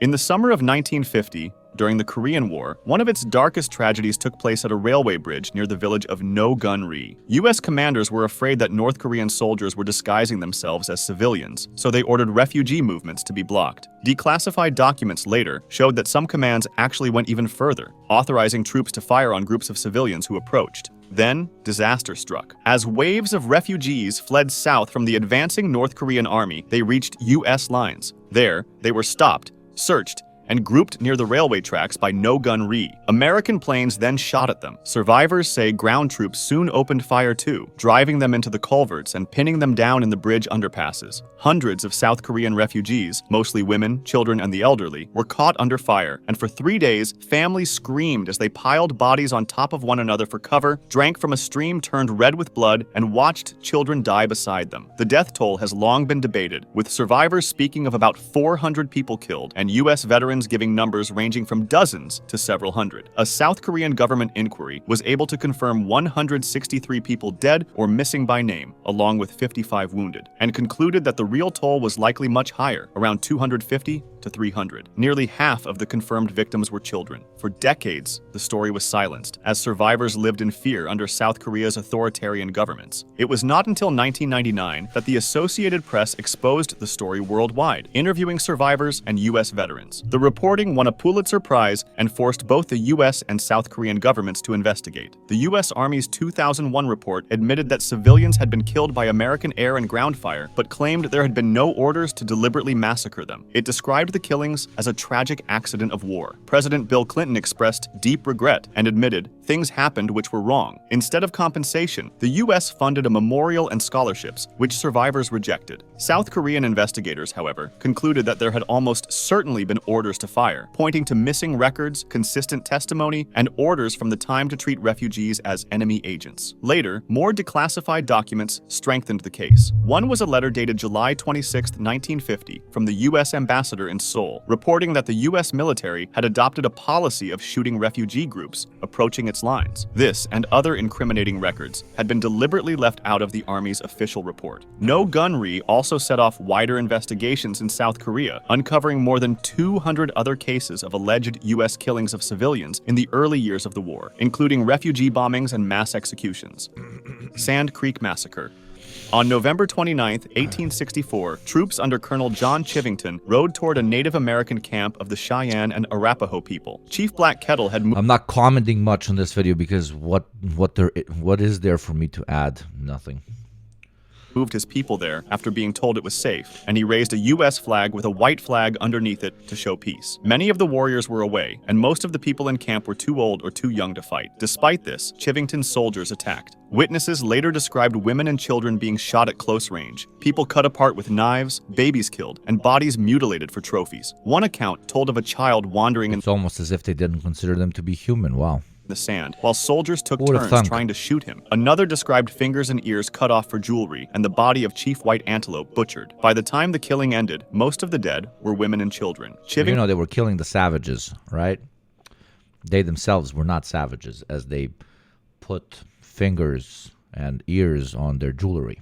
Washington claimed that 500 to 600 warriors were killed, boasting about the number, but other sources said I the still don't think we are humans. I'm sorry, my friend. real number was closer to 150, with about 2/3 women and children. The soldiers suffered far fewer losses. Before leaving, they looted the lodges and returned to kill some of the wounded. The reason why this massacre happened in the first place is even sadder. In the 1851 Fort Laramie Treaty, the U.S. recognized a large Cheyenne and Arapaho homeland, but after the Colorado Gold Rush and new migration, they asked the natives for more land than was agreed, and a small group of chiefs signed the Fort Wise Treaty, ceding most of the land to appease the U.S. Many Cheyenne, though, rejected it as invalid, and tensions rose. The governor told friendly Indians to gather near forts in order to stay safe, and Colonel Chivington himself, while he declared openly that he had come to kill Indians, told those seeking peace to come under military protection at Fort Lyon. That's exactly what Black Kettle did, following his instructions, but his people were pushed out. He still believed the U.S. and white flags would protect them, but the massacre happened. In Colorado and Washington, the story was first reported as a victory, but the truth quickly surfaced.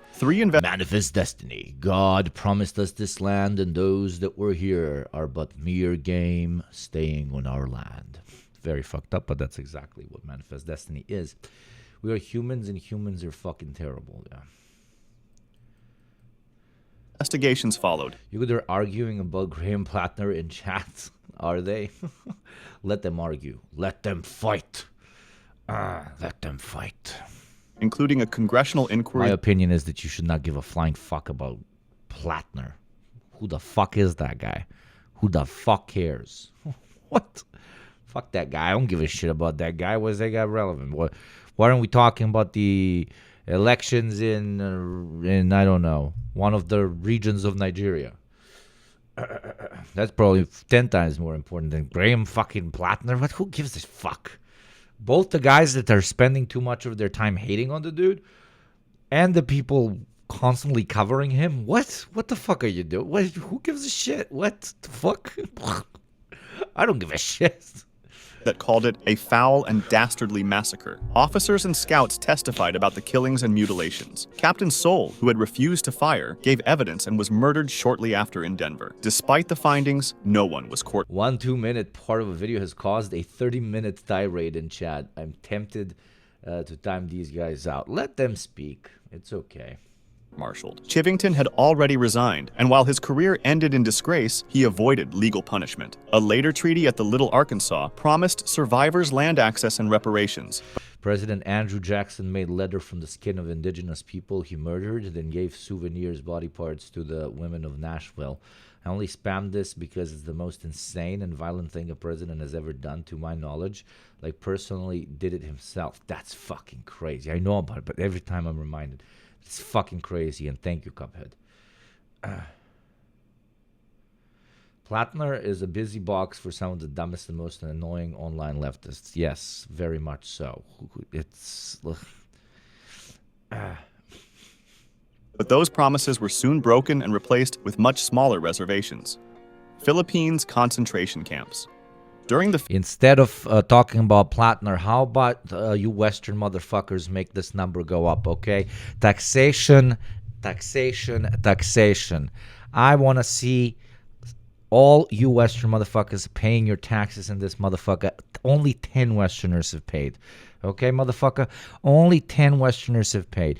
What does that mean? We have taxation apartheid here, okay? In order to fuel our channel, we force people to pay money in different forms. If you're from the developing world, okay, you know what that means. You owe me 5. If you're from the Western world, you owe me 20, motherfucker. But if you're from the Western world and are an ethnic minority, you only owe me 10. I count everybody here, and I think out of those 10, like 8 were ethnic minorities, okay? So I think only 2 white dudes this week paid the full amount they owe in Twitch reparations. So whip out that debit card and do your job. There we go. Some good white people, motherfucker. Some good white people. They exist, okay? Call them like a Tom, you beautiful motherfucker. Thank you very much.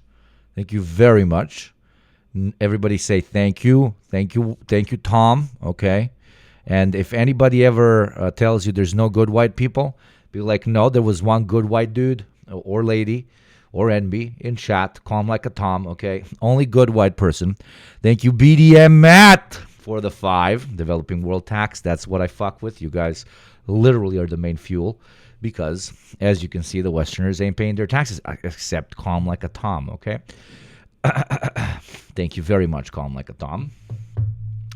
Hella quiet, the rest of you Westerners. I know you're in here. So now your job, calm like a Tom, is to be very passive-aggressive towards all Westerners in chat that are not paying their taxes. Oh my God, we got back-to-back fucking white friends, okay? White chatters' lives low-key matter, okay? Fucking G. Thank you, Goosted. Thank you very much, Goosted. You beautiful motherfucker. Goosted is always paying their taxes on time. It is very nice. Very, very nice. I like big much. Very much, Goosted. Very much I like very good. Very good, I like very much. Thank you very much, good like. It's very good. Now, you and Calm Like a Tom, Goosted and Calm Like a Tom, you got to be very passive-aggressive, okay? You got to be very passive-aggressive towards all the Westerners that ain't paying that shit. Now we got Monolith Maverick with the tenor, baby. Okay? Okay? Western lives matter, I guess, even when they're minorities. Thank you very much. Okay? Monolith, there we go. That's what I like to see. That's what I like to see. That's what I like to see. Good job, Monolith. RT Clearance, welcome to the community as well. Thanks for the weekend stream. Of course, my dear friend. Of course. I'll even throw in a bonus. You know what the bonus is?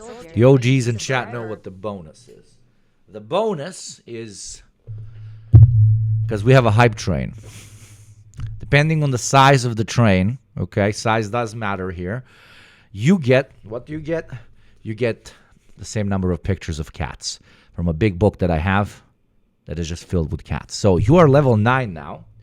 So let me get you some kitties that you might not have seen before, okay? We start with a cat in a glass, okay? Glass full of pussy, okay? Then, again, a cat in a glass, but in different forms, okay? Pussy in a glass. You can't say that watching Twitch has never got you any pussy, because it has on Ugopnik Twitch, okay? Whoever watches Ugopnik Twitch always gets pussy.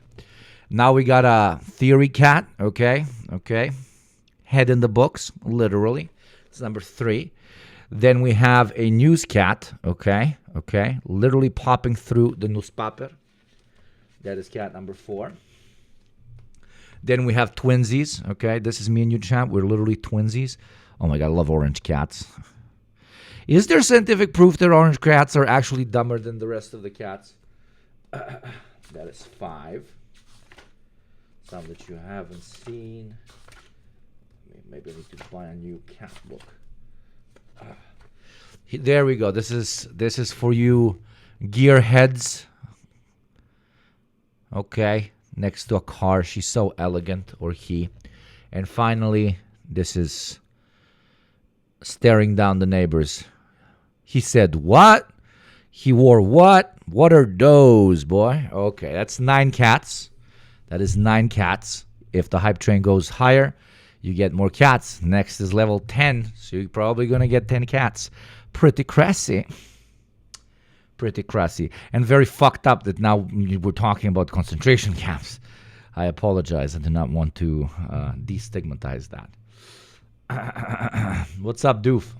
Philippine-American War, concentration camps were used in Batangas, and one American officer described them as some suburb of hell. You'll soon understand why. Back then, General James Franklin Bell took command of U.S. forces in that area, and his goal was to starve the rebels and cut them off from any support. However, since there were many civilians there, they decided to put them into heavily guarded camps, as their homes, fields, and animals were destroyed. All civilians were required to carry identification papers, and anyone found outside the camps without them could be shot on the spot. Bell himself Gorbachev said neutrality should not be tolerated, which meant that everyone was either an enemy or a friend, and anyone accused of helping the rebels risked execution. Conditions inside the camps were catastrophic. People were packed together in crowded spaces with poor sanitation, which made diseases spread quickly. Cholera, smallpox, beriberi, and even bubonic plague killed thousands. Food was also scarce, and some soldiers described groups of men being forced to dig their own graves before being executed. But remember, Chad, only Nazi Germany ever had concentration camps, okay? Don't call Gaza an open-air concentration camp, okay? We're Americans. We would never do a concentration camp. I paid $5 of taxes in bits. Irish Americans are POC. Excuse that keeping them alive would take food away from U.S. troops. Torture was also performed, such as waterboarding. The death toll was incredible. 40 seconds left on the hype train if you want some cats. Between January and April 1902, 8,350 people died in the camps. Americans don't build concentration camps. They build liberation camps. Some camps, as many as 1 out of every 5... Sir, non-American detected. We will liberate him from his non-American existence by shooting him in the head. Maybe next time he will be a real human being and spawn as a real human being. And by that, of course, we mean American. America-can. America-can. 5 prisoners died. Thank you for the hype train chat. I hope you enjoyed your cats, your kitties, your Cutorinos. Especially the taxpayers, the big taxpayers. Massive hats off. Massive hats off. To calm public anger in the United States, the Army's top public relations officer tried to defend the camps. He claimed they were meant to protect friendly natives, feed them, and teach them better hygiene. However, this claim collapsed when reports from inside the camps surfaced, with letters from soldiers and witnesses. Wounded Knee Massacre. Before sunrise at Wounded Knee Creek, cavalry surrounded the Native American band. Teach them better hygiene. Oh, come. What in the fucking colonization? Teach them better hygiene. Motherfucker. And of Lakota, and began collecting their guns. Tension grew as... Motherfucker, you still keep trash on the fucking street in your richest city of New York. Motherfucker gonna teach me about hygiene. Motherfucker, what? Soldiers searched the people, and a deaf Lakota man named Black Coyote held onto his... This is where some of my ancestors were killed. I'm very sorry, my friend. Jesus Christ. Rifle, and during a struggle, it went off. In that instant, soldiers opened fire on the entire camp, even though most Lakota men had already been disarmed. The Army's Hotchkiss guns fired into the tents where women and children were hiding. In less than an hour, more than 250 Lakota were killed or fatally wounded. 25 U.S. soldiers were also killed. Survivors tried to flee, but they were chased and shot, and some soldiers finished off the wounded where they lay. A blizzard followed the massacre, and 3 days later, civilians gathered the frozen bodies and placed them in a mass grave. 4 infants were found alive, still wrapped in their mother's shawls. The Army removed Colonel Forsyth, who had led the operation, but later reinstated him. An inquiry criticized his tactics, but did not blame him. 19 Medals of Honor were then awarded for Wounded Knee. Native leaders and many others have condemned those awards for decades, but most recently... We still talk about it to this day, where they really want to rebrand them as heroes for some fucking reason. What's the... I know I'm playing a devil's advocate on obvious case of genocide, but what's the right-wing argument? What's the American patriot argument here? Thank you, Calm Like a Tom, for the gifty, my friend. Thank you very much. What's the Republican argument here? What's the Chud argument? There was fake news. It was fake news. They didn't kill all the babies were carrying weapons. They were native babies. They are very ferocious. They had to be shot. That they were civilizing them by killing them. I want to ironically hear what is the enemy saying as an argument in something that is so absurdly, obviously fucking genocide.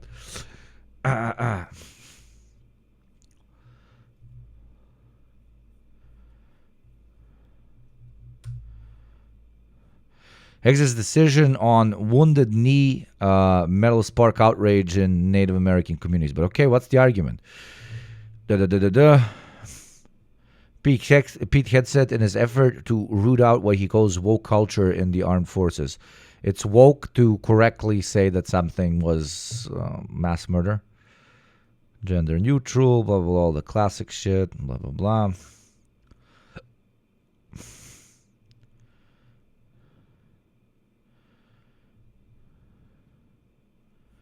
What's the argument? The actions in Wounded Knee were not acts of bravery and valor deserving of the Medal of Honor. Standing Rock tribal chairwoman said, okay. I want to hear his analysis. Hegseth.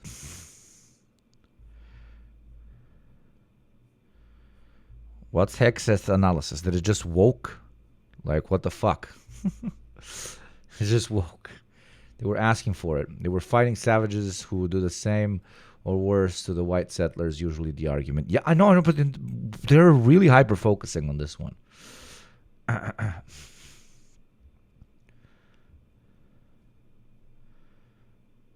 Isn't that extra fucked up? They don't even have an argument.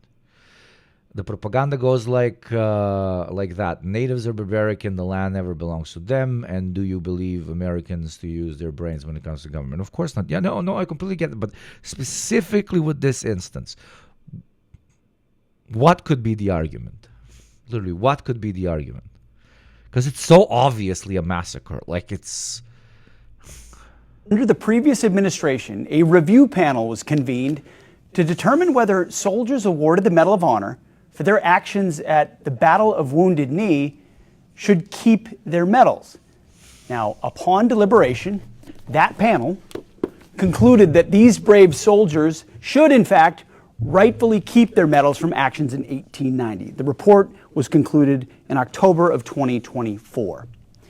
Yet, despite this clear recommendation, former Secretary Lloyd Austin, for whatever reason, I think we know, he was more interested in being politically correct than historically correct, chose not to make a final decision. Such careless inaction has allowed for their distinguished recognition to remain in limbo until now.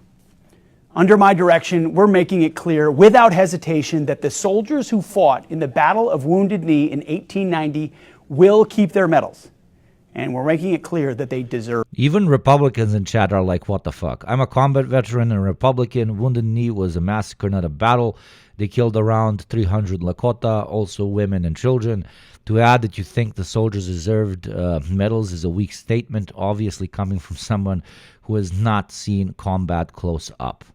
Fuck that history.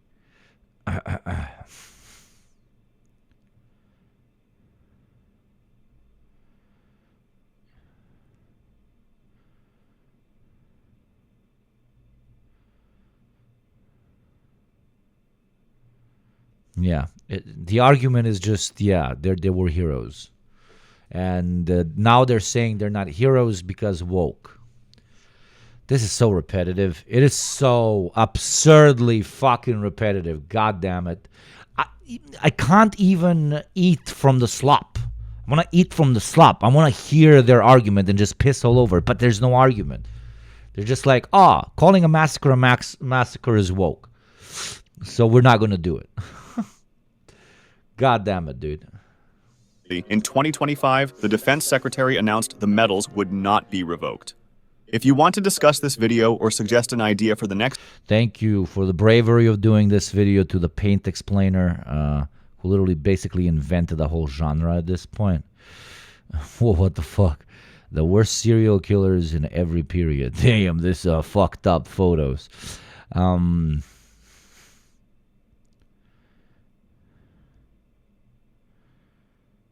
This dude is making this guy's a millionaire. Yeah, this guy's a millionaire. Good for him. God bless. He's, he's not a capitalist. Dude, these are insane views. Yeah, this guy's a millionaire. This guy's a millionaire. This guy's a millionaire. Though, I don't know if he gets, does he get monetized or not? I have YouTube Premium because I'm superior to you. But you guys that do not have YouTube Premium, go to his channel, click on a bunch of videos. Let's see if ads play. Because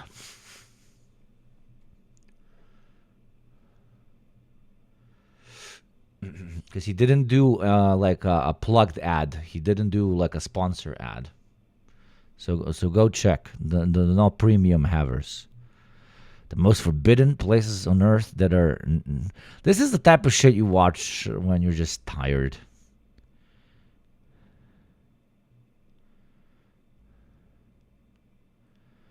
How every cartel boss died, and then just this photo.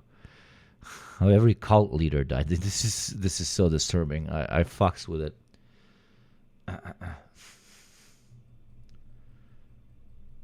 It has ads. Okay, good for him. Literally. Mom, I'm gonna explain stuff with paint on the internet. No, son, get a real job. You're never gonna make money from that, son. No, I absolutely will. Literally becomes a millionaire in a year. In a year. Is this channel a Fed channel? No, it's not Fed channel because specifically of this video. This is insane. Like, how do you grow like this? Good for you, dude. I mean, you grow like this by inventing a style. He invented the whole like woo thing with the bubbles and shit.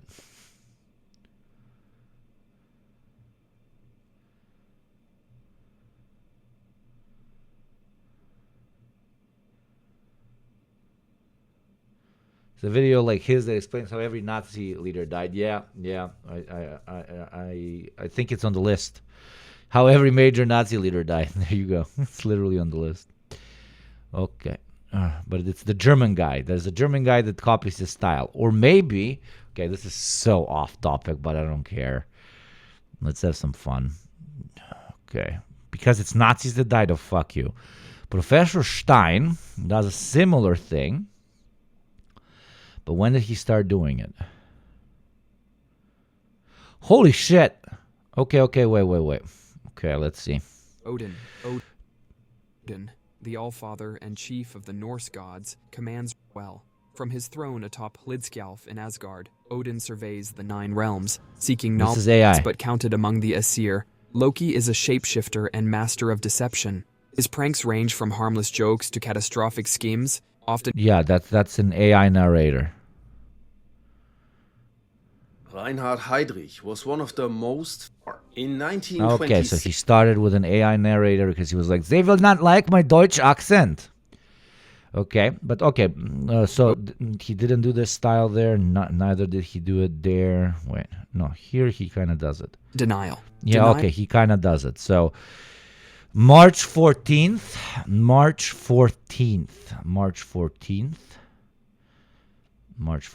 My Lie Massacre. Now, Paint Explainer. On the 16th of March, I mean, this might also be AI voice, to be honest. This also might be AI voice, but it's okay. Okay, right. Who did the style first? November 2023. March 2024. Okay, so the Paint Explainer invented the genre.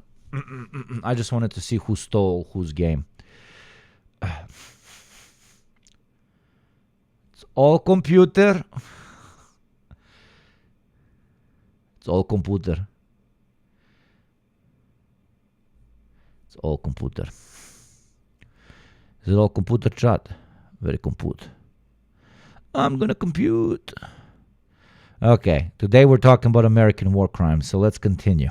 The people were coming out We to got show their GDF. support We for might the watch Marines, the so whole Marines thing, we wouldn't might shoot not. them down. She came out. I hate this people were movie so coming much out that I to, haven't you know, watched it. Like, I think this film is so fucking bad that you can't even hate watch it. It's just garbage. show their support for the Marines so the Marines wouldn't shoot them down. She came out into the crowd. She had a grenade on her. She pulled the pin and was walking to the Marines. A woman opened the door of a small house and stepped outside with her child. The rest of the street was deserted. The local Iraqis had gone inside, most of them scared. On January 4th, 2012, 2 days after his memoir, American Sniper, was published, Chris Kyle appeared on the Opie and Anthony radio show to... When somebody says 2012 instead of 2012, does that signal they're not an American? Americans in chat. When somebody doesn't say 2012 but says 2012, does that signal to you that most likely it's not a Yank, at least not born in the States? I'm trying to determine. I'm trying to low key. What's the word? I'm trying to What's that word when you find somebody who's anonymous on the internet when you find their address, chat? What was it in them? I never say 2012. Really? Docs, yeah, docs. I'm doxing GDF in 4K. I say but you just wrote the number. Motherfucker, that's funny. That's very funny. Coney 2012. Say it's more of an age thing. That's interesting. So do younger people say 2012 and older people say 2012? I always say 2012, 2025. I never say the year is 2025. What? Who says the year is 2025? Last year in 2024, I went fishing with my grandma. Like, what? I'm 31, I say 2012. You wouldn't say 2007. Okay, yeah, okay, you got me there. Ooh, funny guy. You guys, Mr. Faye Kubash, you say 2025. That is insane. I now respect you 5% less.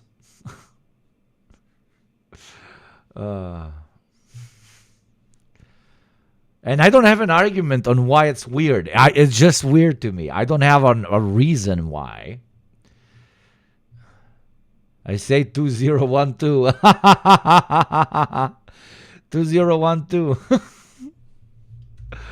Jebem vas u pičku. Dobri ste danas, bre. Govna jedna. Dobri ste. Sestru vam jebem. Aj. Promote his book. At one point, a caller asks Kyle if he had gotten into a bar fight with Jesse Ventura, the former Navy frogman, WWE wrestler, actor featured in Predator, governor of Minnesota, and outspoken critic of American foreign policy. You were in a bar fight with Jesse Ventura. Is that true? Is it? Yes. In his book, Kyle claims that he was at a wake for a fallen seal at a bar in San Diego. Also present at the bar, Kyle What writes, does it sound like when a seal falls? a celebrity I'll call Scruff. Dude, these dudes with these skills, the amount of good they could do. Holy mother of God. And what do? They just serve Empire. It's like with 20 operators, like really good ones. You know what you can do? You can change the world to an extent, right? Not fully, but to an extent. And what do? I just work for Empire. That's what I'm going to give my skill set to. Just Empire. Like, what? Face. Scruff served in the military. Most people seem to believe he was a SEAL. As far as I know, he was in the service during the Vietnam conflict, but not actually in the war. Kyle also claims Scruffface criticized George W. Bush, the invasion of Iraq, and that he moved to Mexico because he hates America. Additionally, he said 9/11 was a conspiracy. I'd imagine it wasn't impossible for readers to make the connection given the number of allusions to Jesse Ventura. But it was allegedly when Ventura said, with regard to the dead Navy SEAL, "You deserve to lose a few." Kyle offered to end it there, but being level-headed and calm can only last so long. I laid him out. Tables flew, stuff happened. Scruffface ended up on the floor. Bro, Chatter accused GDF is AI. I spoken to GDF. He's a friend of the show. I interviewed GDF on the program, блядь. Or am I Mandela affecting this? Wait, no.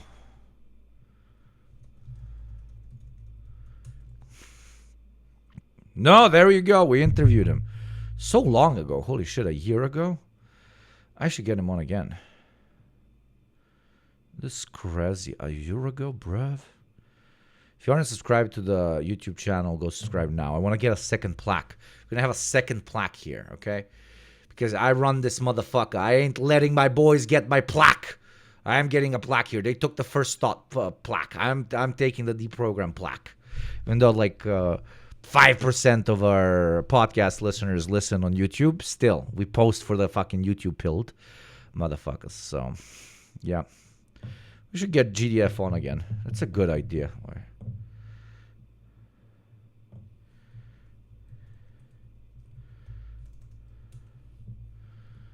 I have no way of knowing for sure, but rumor has it he showed up at the Buds graduation, a graduation for the SEAL and Underwater Demolition School, with a black eye. In July 2014, attorney A.J. Delgado wrote in the conservative National Review, Kyle should have perhaps left it at that. The day after his Opie and Anthony appearance, Kyle was on the O'Reilly Factor and repeated his claim, naming Ventura as the man he had punched in the face. Now, you don't mention his name, but everybody knows who that is. Number one, that happened? You knocked him out? Yeah, well, I knocked him down. Knocked him down. He said we deserved to lose a few guys. A day after the O'Reilly interview, Mike Opelka reported on the story for The Blaze. Days later, Opelka reported that Ventura took to Facebook to categorically deny Kyle's story. By this point, the story had become quite popular, and it was the #1 story on The Blaze. Stunt Brain is working for The Blaze. Yeah. He put the whole audio up on The Blaze, and he wrote me late last night saying, holy fuck, this thing is doing really well. And this thing is not going away. Because now we got Chris Kyle saying he absolutely punched Jesse. Jesse saying it absolutely didn't happen. Ventura spoke... Dude, thank God this dude died before you TOS me. Because this guy would have run for office. And would have won. We would have like a literal mass murderer as a senator. Chris Kyle saying he absolutely punched Jesse. Jesse saying it absolutely didn't happen. Ventura spoke with Alex Jones and expressed bewilderment at the story. He's confessing to assaulting me, and it didn't happen. I can unequivocally tell you that I've never been punched in Coronado, California since I've been out of the Navy. I got out of the Navy in active duty in 1973. Jesus, they miss fat Alex Jones. Do you guys miss fat Alex Jones? No, not even with hair. No, chubby Jones. Pre-Ozempic Jones. Oof. He's kind of cute, you know? In prison, I'd let him, you know? Thank you, Dick Cheney, you fucking legend, for the 12 months. I got out of the Navy in active duty in 1973. In February 2012, Ventura filed a defamation lawsuit against Chris Kyle in Minnesota. The trial hadn't yet begun when Kyle was shot and killed by a disturbed former Marine in February of 2013. More on that later. The defendant... So funny. Literally the funniest death of all time. It's a hilarious death. It's a hilarious death. You go and you kill a bunch of people abroad, and then it blowbacks at home. It blowbacks at home. Because this quote-unquote disturbed Marine would not have been disturbed if he did not participate in the same wars you participated in as well, who then lost his mind because of his participation and then ends up killing you. Lost his mind or whatever. I don't know why necessarily, but you get my point. It's like, what? That was a low-key, like, just God intervention. God was like, I will disturb this man, go kill this man. Like, you know, God sometimes is like, if you believe in him, of course, it's like, okay, this guy's really fucked up, just go kill him. The same way he was like, Luigi, go, you know, type shit. And some more recent figures that I'm not going to mention because it's going to get me banned in 2 seconds. Oh my God, Barry wrote a whole essay on bald people. Just to be clear, I do not diss bald men. 23 from there, Elisha went up to Bethel. As he was walking along the road, some boys came out of the town and jeered at him. Get out of here, Baldy, they said. Get out of here, Baldy. 24, he turned around, looked at them, and called down a curse on them in the name of the Lord. Then 2 bears came out of the woods and mauled 42 of the boys. What is this, Barry? What am I reading? What is Barry? What is that?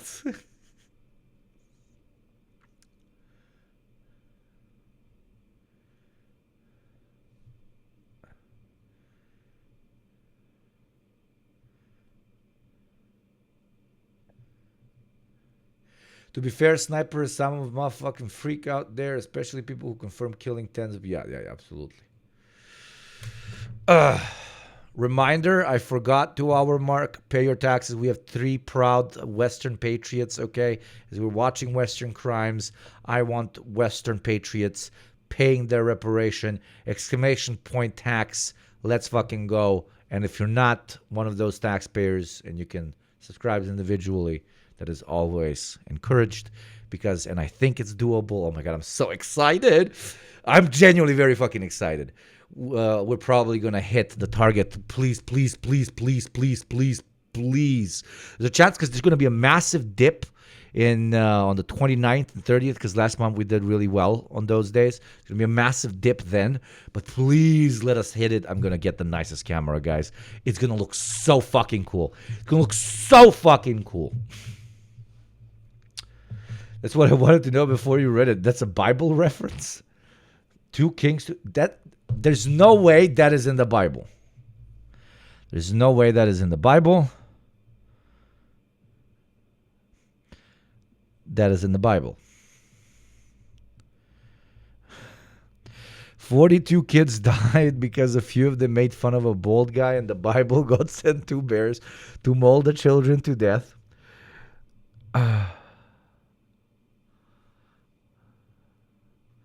Story of the bears is particularly fun to research because it is so misunderstood, and the true meaning of the story is actually very funny and innocent.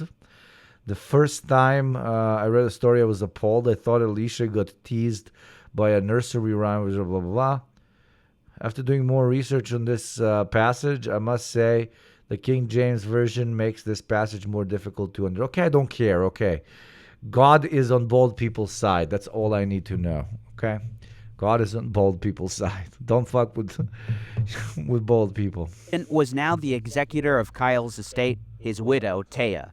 Perhaps for this reason most of all, the odds did not look good for Ventura. It will be a tough case for Ventura to win, said the Washington Post. Per the Associated Press, legal experts had said Ventura had to clear a high legal bar to win because as a public figure, he had to prove actual malice. Some people questioned whether he could prevail, said the New York Times, given the relatively high legal standard in such cases for public figures. The trial began in July of 2014 at the U.S. District Court in St. Paul. Ventura's defense played a 5-hour-long deposition that... Hair is petit bourgeois decadence. Aren't there a lot of Maoists in here? Isn't hair just petit bourgeois Western decadence? That Kyle gave before his death. The Minnesota Star-Tribune reported, in video deposition, author trips up on fight details in Ventura libel suit. In the first half of a drama-packed day in U.S. District Court in St. Paul, Chris Kyle's widow Taya Kyle repeatedly broke down in tears on the witness stand as she recalled her late husband's commitment to protect his fellow soldiers. The 10-member jury was riveted. But afternoon testimony may have shifted some sympathy to Ventura. Yeah, you can sue that, dudes, yeah. Ventura's side. In the deposition, videotaped a year before his death, Chris Kyle said he could not remember who told him that Ventura had hit his head when he fell to the sidewalk, could not recall how he learned that Ventura had a black eye, and conceded that tables did not go flying during the 2006 confrontation in a bar near San Diego, which he described in his book American Sniper. While calmly stating that the fight had indeed occurred and that he had punched Ventura in the face, Kyle also conceded that Ventura may not have used a vulgarity in describing former President George W. Bush, which Kyle wrote in his book was one of the reasons he struck him. As A.J. Delgado wrote in the National Review, legal experts claimed Ventura had no Lift it out, he said. Then the man reached out his hand and took it. Shot. A widow crying. Okay, out of context, that's pretty crazy. On the stand, too sympathetic. A decorated war hero who was tragically killed in an unrelated accident after Ventura filed suit, too sympathetic. Ventura was facing an almost insurmountable uphill battle in an already tricky area of the law. However, in what was seen as a shocking decision by the jury, Kyle's estate was found liable for defamation and unjust enrichment over his claims. Ventura was awarded $1.8 million in damages. The decision among the 10-member jury was 8-2. Even before he won his suit, journalists did a poor job of hiding their contempt for Ventura. During the trial, the New York Times published practically Dude, he served Empire, got whacked by a brother-in-arms, and then another brother-in-arms came and took his money. Took the money from his fucking widow. God, this is the most cuckolded dude I've ever heard about, man. Holy shit. Yeah. God ironically fucking did something here. Because this is too much of a quote-unquote good ending. You know, it's like, what? This dude just getting, like, completely fucked. Like, completely fucked. Word for word, a list of supposedly unflattering quotes attributed to Ventura as read by the defense. The article serves no other purpose other than a virtual indictment of him. Is he controversial? CBS leadingly asked, followed by a number of his quotes clearly intended to discredit him. Not surprisingly, I didn't see similar article-length indictments containing unflattering quotes from Mr. Kyle. If you've read his famous book, you know there are several contenders. Longtime CNN broadcaster Anderson Cooper was outraged at the jury's decision and even took to Twitter to air his views. Wow. I cannot believe that Jesse Ventura successfully... No, not the widow. Not the widow of the mass murderer. No. Fuck that lady. Fuck that lady. Motherfucker, you married a fucking serial killer, bitch. Fuck you too. Fuck your kids too. sued the motherfucker, you married a fucking murderer. The fuck? What? Widow of a fallen... Guilt by association. Yeah, you married him. Yeah, I'm fucking associating you. You got a fucking ring, motherfucker. Woo! But that's just a guilt by association. Yeah, you're doing a lot of associating when you marry a motherfucker, okay? God damn, man. Navy SEAL. Has he no shame? If there were any liberal corners of the media that were even implicitly taking Ventura's side, I haven't had an easy time finding them. I was really backed into a corner, Ventura said. I was left with no choice but to continue the litigation to clear my name because the story is fabricated. It never occurred, and it accuses me of committing treason against my own. I was part of the underwater demolition team SEAL community. These are my brothers. We're a fraternity. The media at large were apparently affronted by the outcome. Man, I gotta repeat it. Man serves Empire, comes back home, another servant of Empire kills him, a third unrelated former servant of Empire financially cuckolds his widow.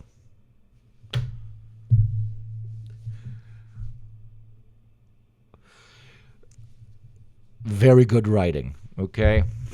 We are in the funniest timeline. We are in the funniest timeline. We're not in the bad timeline. We're not in the good timeline. We are in the funny timeline. In March of 2015, Variety reported that the Motion Picture Association of America and 32 media companies and organizations are supporting the... Cock actor, what the fuck?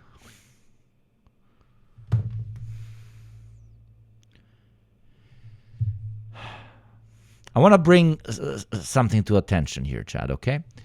There are awesome Oilers in chat, like Glitch, that says, hey, you individual, do you need a gift sub? And then, probably for like, I don't know why, modesty, the other chatter is like, no need. Motherfucker, we all win. The Oiler gets to feel good. You get a sub. I get 70% of that shit. Why you gotta dig into my wallet like that, my dude? God damn it. You might have cock in your name, but you're a fucking dick. Ay. Jokes aside, no, God bless, but I just found it to be funny. Who says no to a sub? Who says no to a sub? What are you? Why are you doing this to me? What did I ever do to you? Did I punch your fucking mother in the gut? Like the fuck, dude? Ay. Guys, if you ever want a gift sub, fucking ask for it, and some good people will give them to you. Thank you, Glitch, for giving that dick a sub. You got Doof in here It also doesn't have a sub. It's insane. Date of Chris Kyle as his widow appeals a libel verdict in favor of former Minnesota Governor Jesse Ventura. These companies included, among others, A&E Television Networks, the New York Times Company, and Time Inc. Their efforts were successful, as the appellate court overturned the verdict, including Ventura's award, citing arguments by the defense suggesting Thank that you, Chris, Kyle's you estate beautiful would be motherfucker. covered by the publisher's Thank you. insurance. As explained by CNN, Thank the you. appellate court did not rule on whose accounts of the events it believes are true, but whether unjust enrichment laws hold up in Minnesota and whether Ventura's lawyers improperly referenced an insurance policy covering Kyle's publisher HarperCollins from defamation settlements. A frightening prospect for media companies was successfully thwarted. Ventura stated his intention to continue with the lawsuit. Rather than return to trial, however, the case was settled out of court for an undisclosed amount. The Kyle family did not pay one dime through this 5-year ordeal. It was paid for by HarperCollins and insurance. If true, this would appear to add credibility to the claims of his attorney in the first trial, which were deemed unfair by the appeals court. In Ventura's 2016 I hate that. I appearance want on the widow to pay for the whole thing. Joe Rogan's podcast, he was asked why he thinks Chris Kyle lied. I believe, and I'm not a doctor, but I've done some studying, I think he was a sociopath. Sociopaths can lie and hold a straight face, and they Also, this whole thing is just a perfect painting of the United States of America.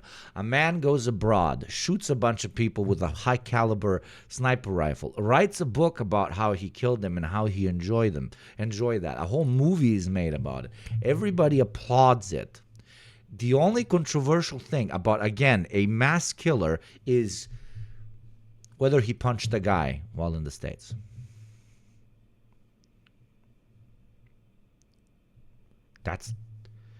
That's the major controversy. Whether he used violence against another American in America. Serial killer. That, ladies and gentlemen and NBs, that is American exceptionalism. Thank you, Pizza Famine, you beautiful piece of shit. I love you. Thank you. Fuck, I want to eat a pizza now. It's what I hate about your fucking name, man. I'm going to add you to the taxes. Thank you very much. I fucking hate that about your name. Because you're one of the smartest chatters here, always here. And I see you in chat all the time. But every time I see you, I see the word pizza. And guess what I want to immediately eat? Guess what I want to immediately eat? A fucking pizza.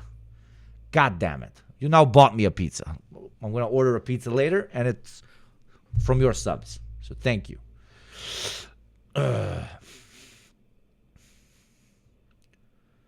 Because brown people aren't real, yeah.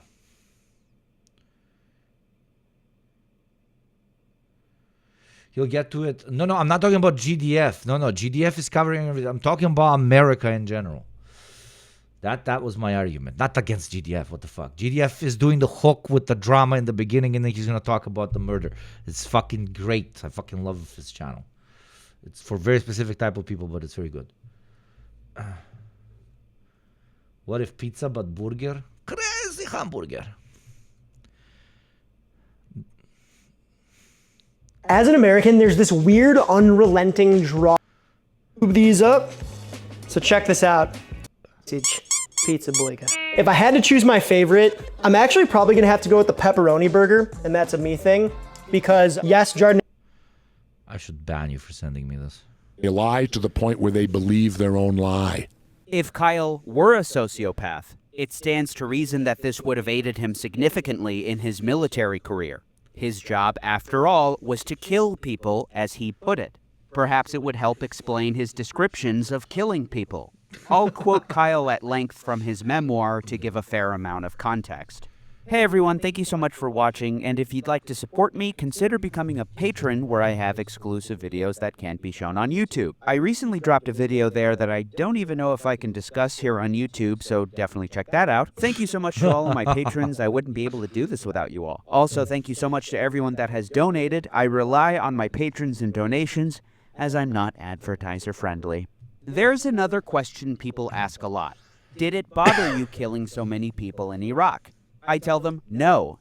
And this is not what is getting him canceled. What is getting him canceled is a bar fight. Mean it. The first time you shoot someone, you get a little nervous. You think, can I really shoot this guy? Is it really okay? But after you kill your enemy, you see it's okay. You say, great. You do it again and again. You do it so the enemy won't kill you or your countrymen. You do it until there's no one left for you to kill. That's what war is. I loved what I did. I still do. If circumstances were different, if my family didn't need me, I'd be back in a heartbeat. I'm not lying or exaggerating to say it was fun. I had the time of my life being a SEAL. With more detail on his method of killing. Contrary to what you're probably thinking, not all sniper shots, certainly not mine, take the bad guys in the head. Usually I went for center mass, a nice fat target somewhere in the middle of the body, giving me plenty of room to work with. During the American siege of Fallujah, Kyle recalled, looking out the window, I was anxious for the battle to start. I wanted a target. I wanted to shoot someone. Actually insane, yeah, actually insane. Actually insane. And that's why I'm using it to contextualize what American exceptionalism is and how it plays. Violence abroad against brown people, against anybody. Important keyword there is abroad. Against non-Americans on epic proportions, like this guy killed so many people, is literally okay. Hell, you get called a hero. But violence domestically, not even violence, a lie about violence domestically in a bar is what gets media attention, is what people get sued over.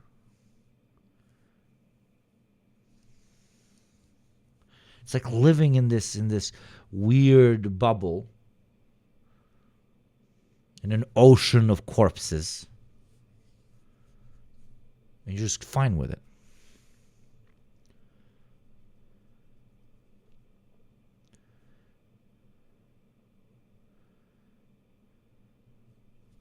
I don't know.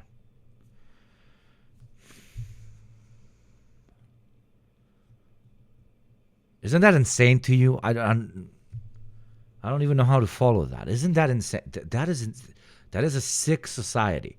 I'm not saying it only happens in America, but there it's in the bones of the American exceptionalist ideology. I don't know. I get derealization when I talk about shit like this because I'm like, how? It literally makes you feel crazy sometimes. It really does. Really, really, really does. Go now, if you're in the States. Go. What was his name of this cuckold? What's his name? Remind me the name. Chris Kyle, thank you very much. Go now to some of your cousins or your friends or something. Look them in the eye and say, dude, remember that Chris Kyle controversy? None of them will say, oh, you mean when he shot people for the government and then bragged about it? No, they're going to be like, that lawsuit with the other guy. Not a single one is going to be like, the mass murder controversy. As an occupier in a foreign state, invader. All of them are going to be like, oh, you mean the thing where he lied in his book about punching the guy? And that is insane. That is insane. The fact that would happen is absolutely barbaric.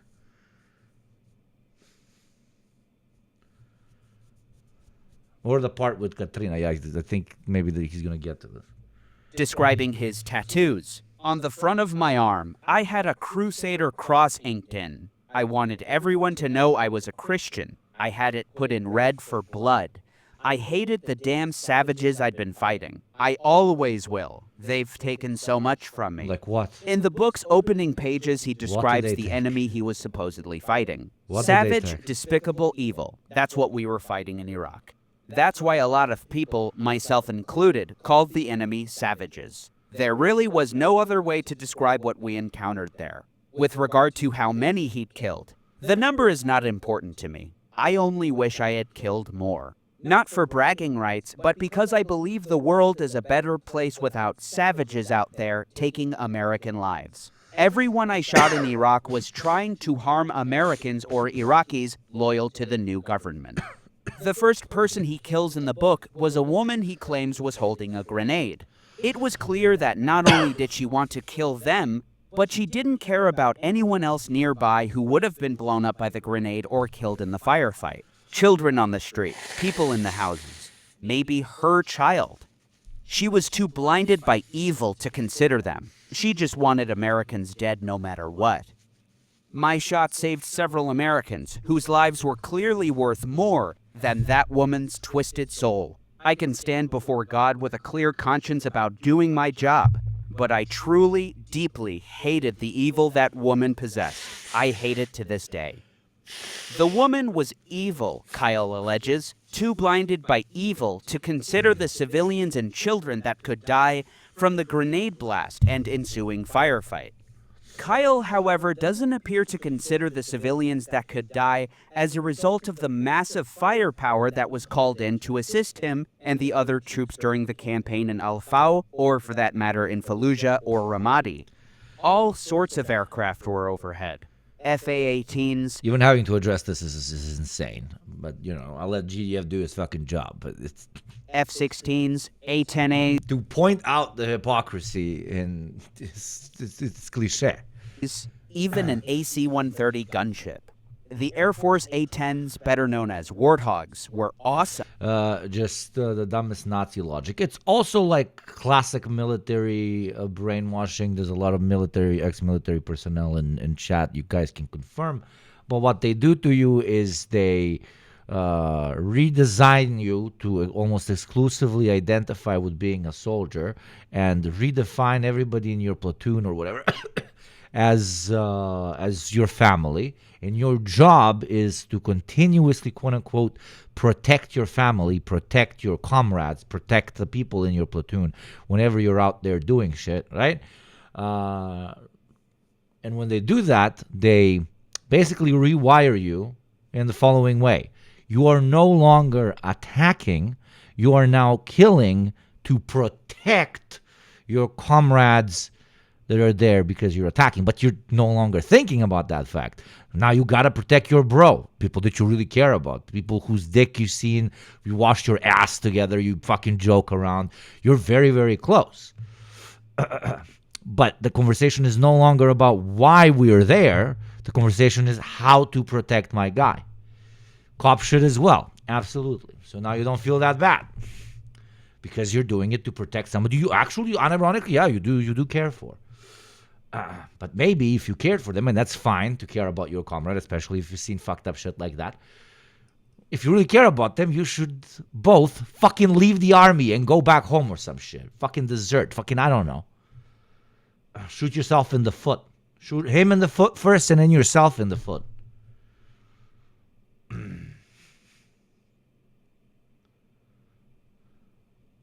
I paid my tax today and neither number went up. I don't think thank you for subscribing, but that's not tax, my friend. Tax is 5, 10, or 20, depending on where you're from. You can write exclamation point tax and you'll see.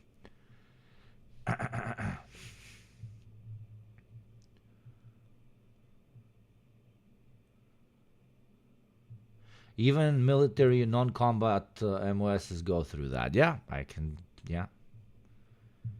You massacre civilians with a bomb, you're a terrorist. But if the bomb fell from a plane first, you're an Air Force. Do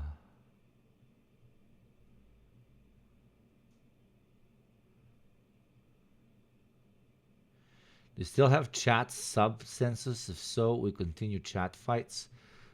Remind me, what are you talking about, Kubashi? They're slow-moving jets, but that's intentional. They're designed to fly low and slow so they can put a maximum amount of gunfire on ground targets. Besides bombs and missiles, they're equipped with 30mm Gatling cannon. Those Gatlings chewed the hell out of the enemy that night. It got to the point where the Iraqis realized they were f***ed and tried to flee. Big mistake. That just made them easier to see. I thought to myself, this is great. I f***ing love this. Indeed, Kyle was quite disinterested in the fate of the Iraqis, or as he put it, I could give a flying f*** about them. The book has sold well over 1 million copies. Already by March of 2012, it reached #1 in the New York Times hardcover nonfiction bestseller list. Though, as revealed during Jesse Ventura's defamation suit, a publisher boasted... It's hard to break indoctrination. In the army, I think it might have been easier because it was so ridiculous and over the top. Besides killing innocent children, women, and men, they did nothing. They would not be able to face a fair fight at all. Yeah, I mean, yeah, depends, I guess, yeah. He definitely couldn't. The time when we were pitting chatters against each other and they were voting with their subs, like, for example, chat being bisexual bottoms. We can bring that back. Why not? That would be funny. That was good, yeah. That was funny. I should bring that back. I don't know if you noticed, but every 2 months I have a new game, right? Right now it's basically me being a reverse apartheid on chatters with the taxation system. But I really liked, we only did it a few times, when a bunch of people are oiling, and I immediately do an improvised fight where, depending on how many gift subs they throw, their character, you know, basically a D&D game, the character gets a bigger sword or a bigger gun, like, and then they just oil, and they fight until there's one, which is the biggest oiler, is left on the battlefield. That was really fun. That was really, really fun. Narrated hype train is goated. It is. That the controversy has helped the book go crazy. In order to find the story of the killed Iraqi woman compelling, as many, many Americans apparently did, you'd have to take for granted that Iraqis had to be evil to fight Americans. Many Americans supported Afghan and Arab mujahideen in Afghanistan for fighting against the Soviets, who had invaded a Muslim country. Now that Americans do it, however, anyone who fights against that is evil and deserving of death. A debate was ignited by the release of the movie in 2014, with some raising questions about how the book differed from the movie.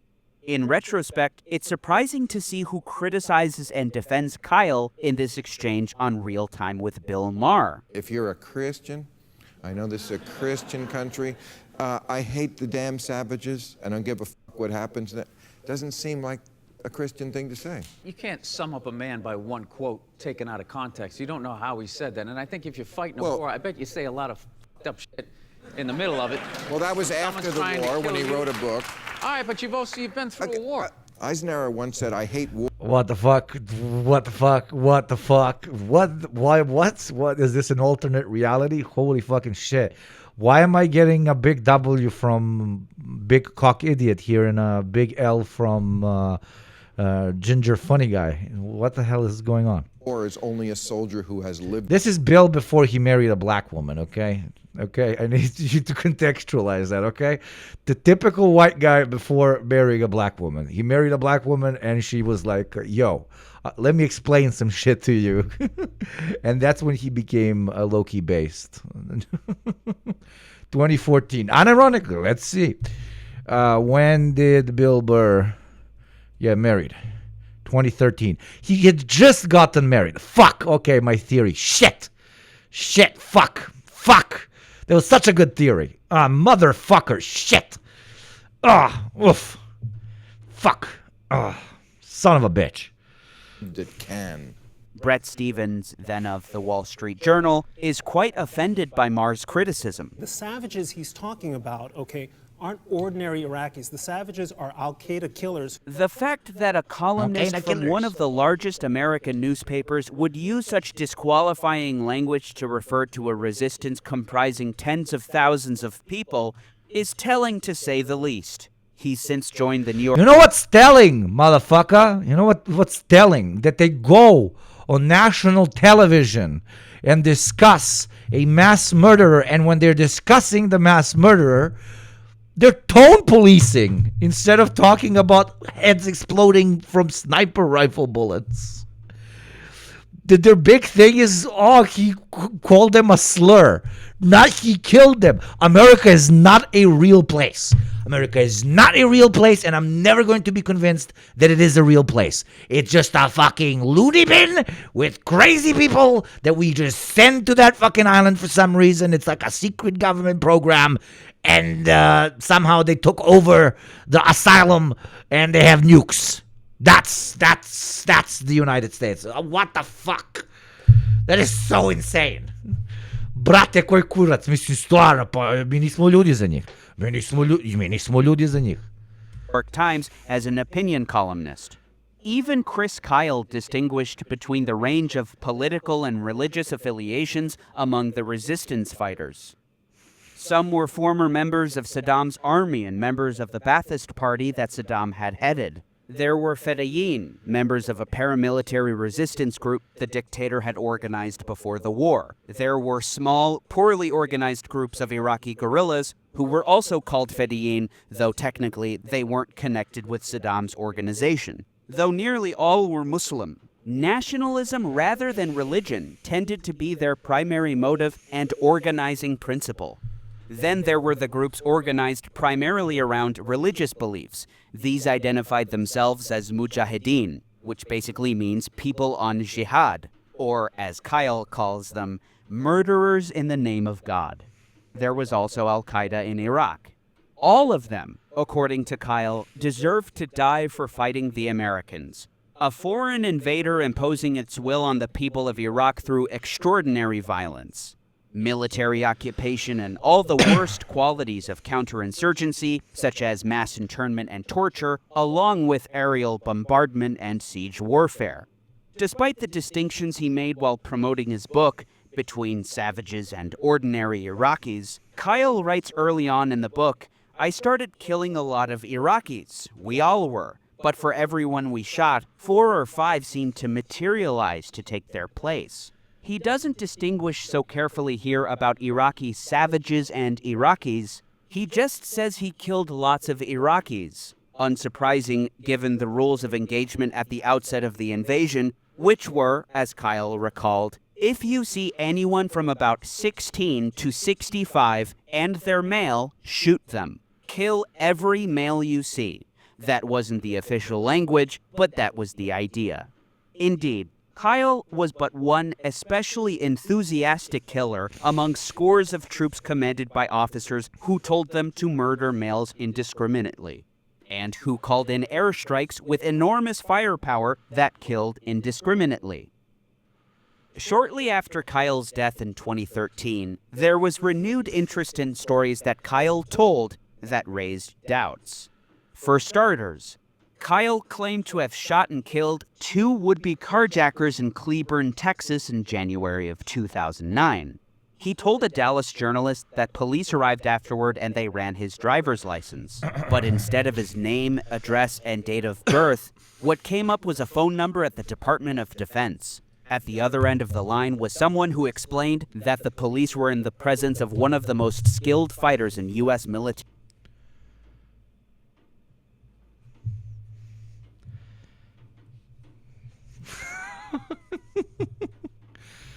Somebody watched a lot of motherfucking movies. And ironically ended up having a movie made about him, which is, come on, that's low-key poetic, chat.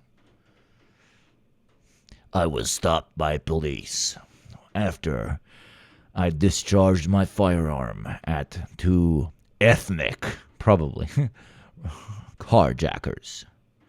When the police tried to arrest me, I gave them one phone number. On the other side, there was the president, voiced by none other than Morgan Freeman, who told them, "You are in the presence of a man with an absurdly large cock, who's also very good at killing, but his cock is impressive. Let him go, or he will bitch slap you with his impressive penis. Harry history, and they let him go without charge. Kyle said a tape of the incident was still out there, and that he got emails from police officers all over the country thanking him for cleaning up the streets. The Fort Worth Star-Telegram, however, investigated the claim and checked with the medical examiner's office, which reported no such deaths in Cleburne in January 2009. They additionally asked Cleburne police about it, and after a day of research, they said they had no record of such a shooting. Ditto for the Johnson County District Attorney's Office. This wasn't the only story that Kyle told that couldn't be verified. Shortly after his death, Nicholas Schmidl wrote a profile of Kyle for The New Yorker that followed up on his tall tales. Not long after Kyle was on the Opie and Anthony radio show, Kyle was with a group of people in his hotel suite, including a number of Navy SEALs, drinking late in the night. The SEALs began telling stories, and Kyle offered a shocking one. In the days after Hurricane Katrina, he said, the law and order situation was dire. He and another sniper traveled to New Orleans, set up on top of the Superdome, and proceeded to shoot dozens of armed residents who were contributing to the chaos. 3 people shared with me various recollections of that evening. The first said that Kyle claimed to have shot 30 men on his own. According to the second, the story was that Kyle and the other sniper had shot 30 men between them. The third said that she couldn't recall specific details. In my mind, this raises questions over the discrepancy between the number of people Kyle killed in Iraq according to the Department of Defense, some 160, and his personal claim of over 250, which were not confirmed. Apparently, confirmed means it was witnessed by someone else. You have to have witnesses verify that he is dead. Did he kill some 100 other people that nobody else saw? But in his Opie and Anthony interview, he says there were always people. It's like the Turner Diaries if the author had more brain damage. With him. What is a confirmed kill? Someone else has to see you do it, or how do they confirm a kill? Well, every time I went out, because I wasn't alone, there were always guys there to see it and to actually witness it. The number of 160 confirmed kills now gives me pause. In an interview with Time to promote his book, the interviewer reveals. Somewhere, we can't get them out of the Navy, but somewhere there's 160 of those forms with your name on them. Yes, ma'am. As CNN put it after Kyle's death, although the military does not release such statistics, the book claimed Kyle had 160 confirmed combat kills. It's revealed in Kyle's book as follows. The Navy credits me with more kills as a sniper than any other American service member, past or present. I guess that's true. They go back and forth on what the number is. 1 week it's 160, the official number as of this writing, for what that's worth. Then it's way higher, then it's somewhere in between. If you want a number, ask the Navy. You may even get the truth if you catch them on the right day. This description appears to conveniently leave room for the number to fluctuate, and also, since the military reportedly doesn't provide such information, to never be confirmed. I couldn't find... Thank you, Chief Supreme, for the 13 months, my friend. Thank you very kindly. Okay, sure, yeah. It's probably 40, or maybe it's a lot more. Many outlets who reported the oft-repeated 255 total killed, including confirmed and unconfirmed, before the book was published. One article from U.S. News and World Report from November 2011 announces the upcoming autobiography, saying, with 255 confirmed kills, the Iraq War veteran is considered the most lethal sniper ever.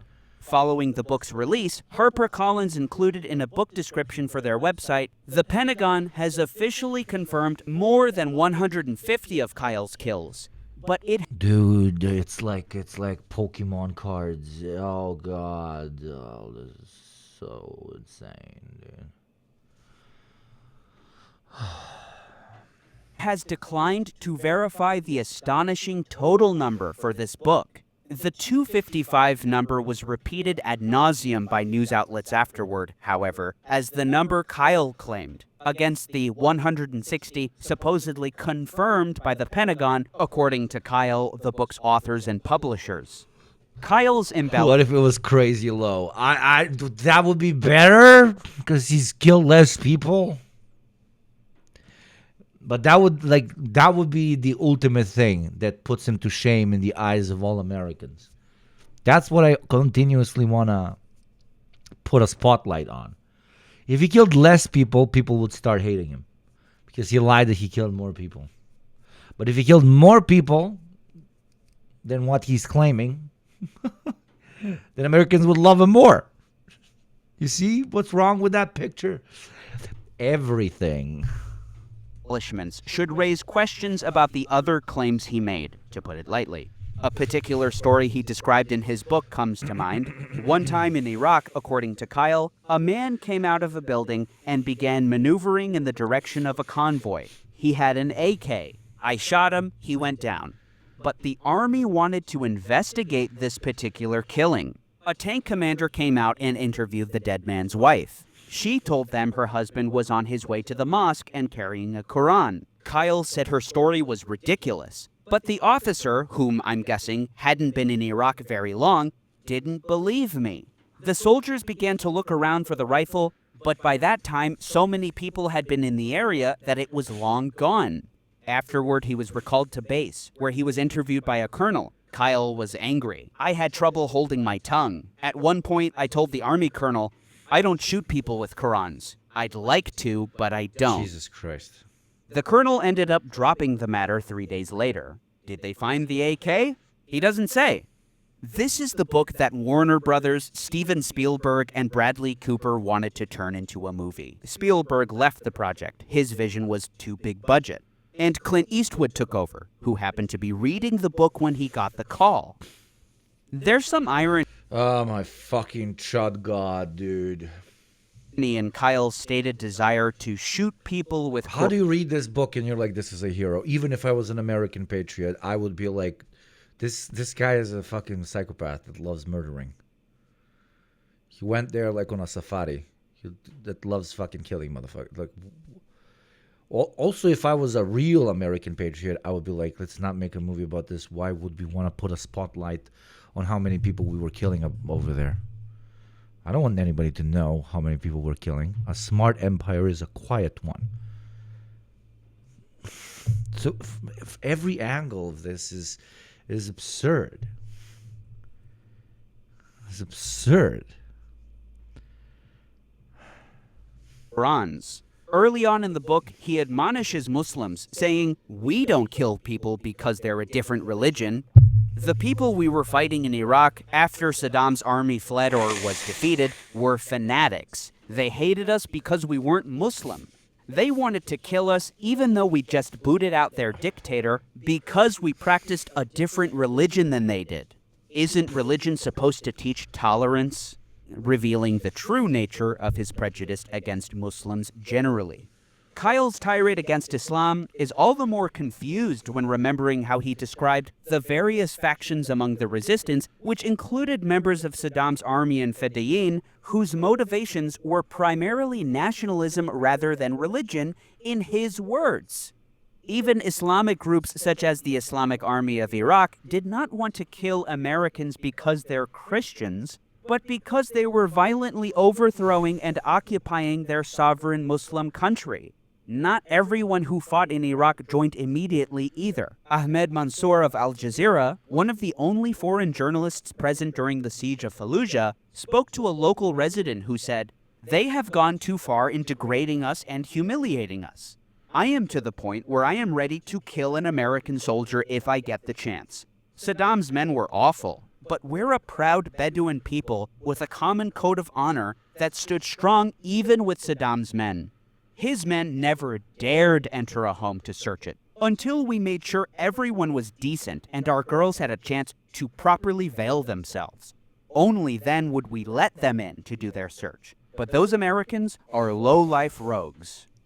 Other developments, such as the Abu Ghraib torture scandal, mass internment, and the destruction and chaos caused by the siege, warfare, and aerial bombardment, were realities that drove many to the resistance. by no means did you have to be evil or fanatical to fight against the Americans. In fact, it was well within their right and quite moral for them to do so.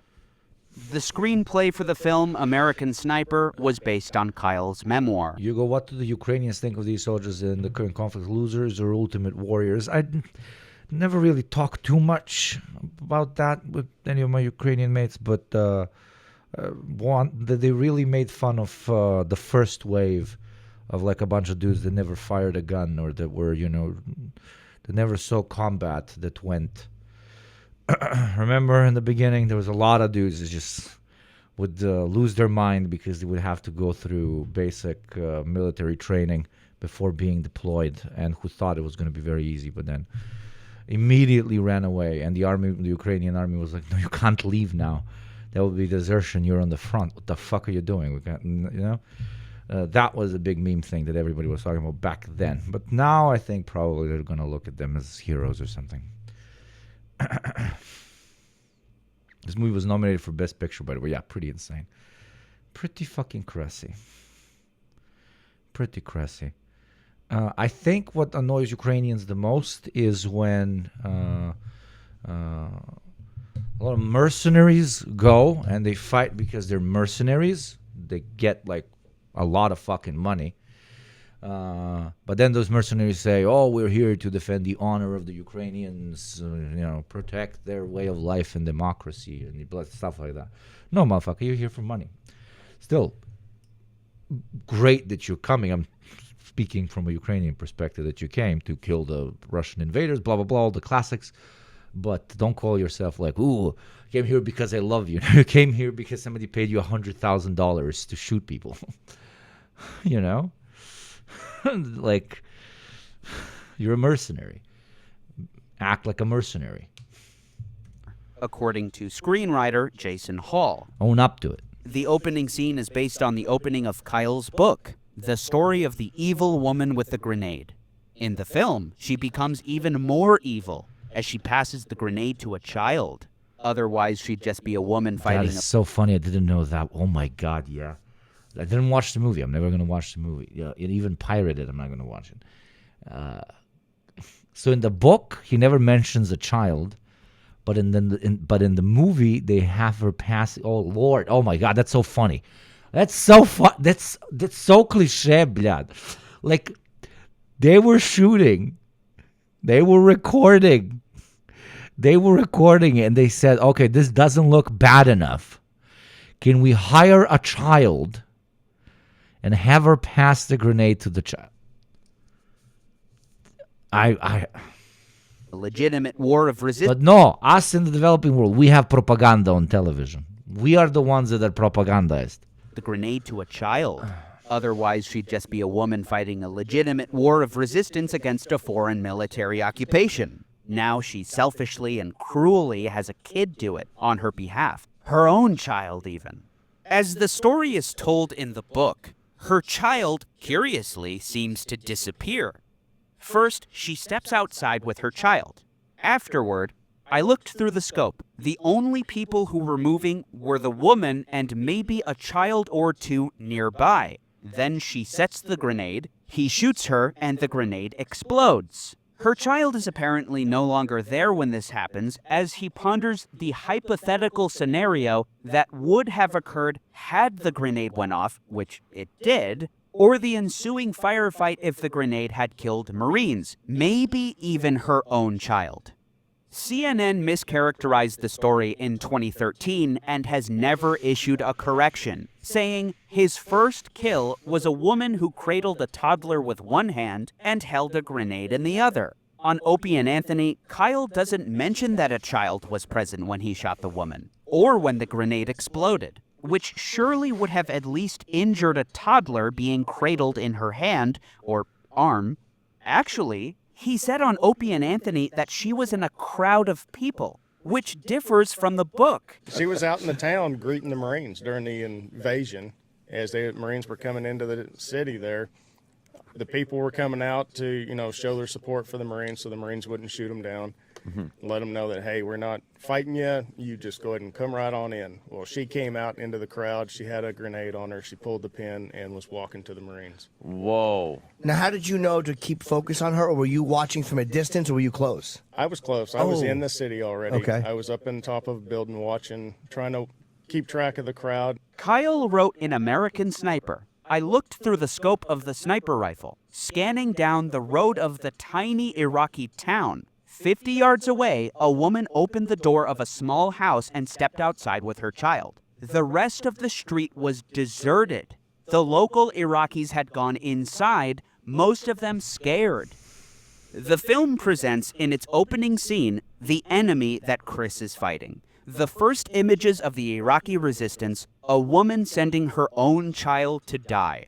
Even Chris Kyle's book reveals that resistance fighters took steps to warn surrounding civilians of an impending attack on U.S. troops, contrary to the image of fanatical terrorists that didn't care who they killed. Kyle writes, insurgents normally put small Yugopniks everywhere. Speaking of Yugopniks everywhere, it is the 3rd hour, so I have to remind you that you can spawn other Yugopniks by gifting subs, or you can become a Yugopnik yourself, a proud child soldier of Yugopnik Twitch, by subscribing with your own good old cash.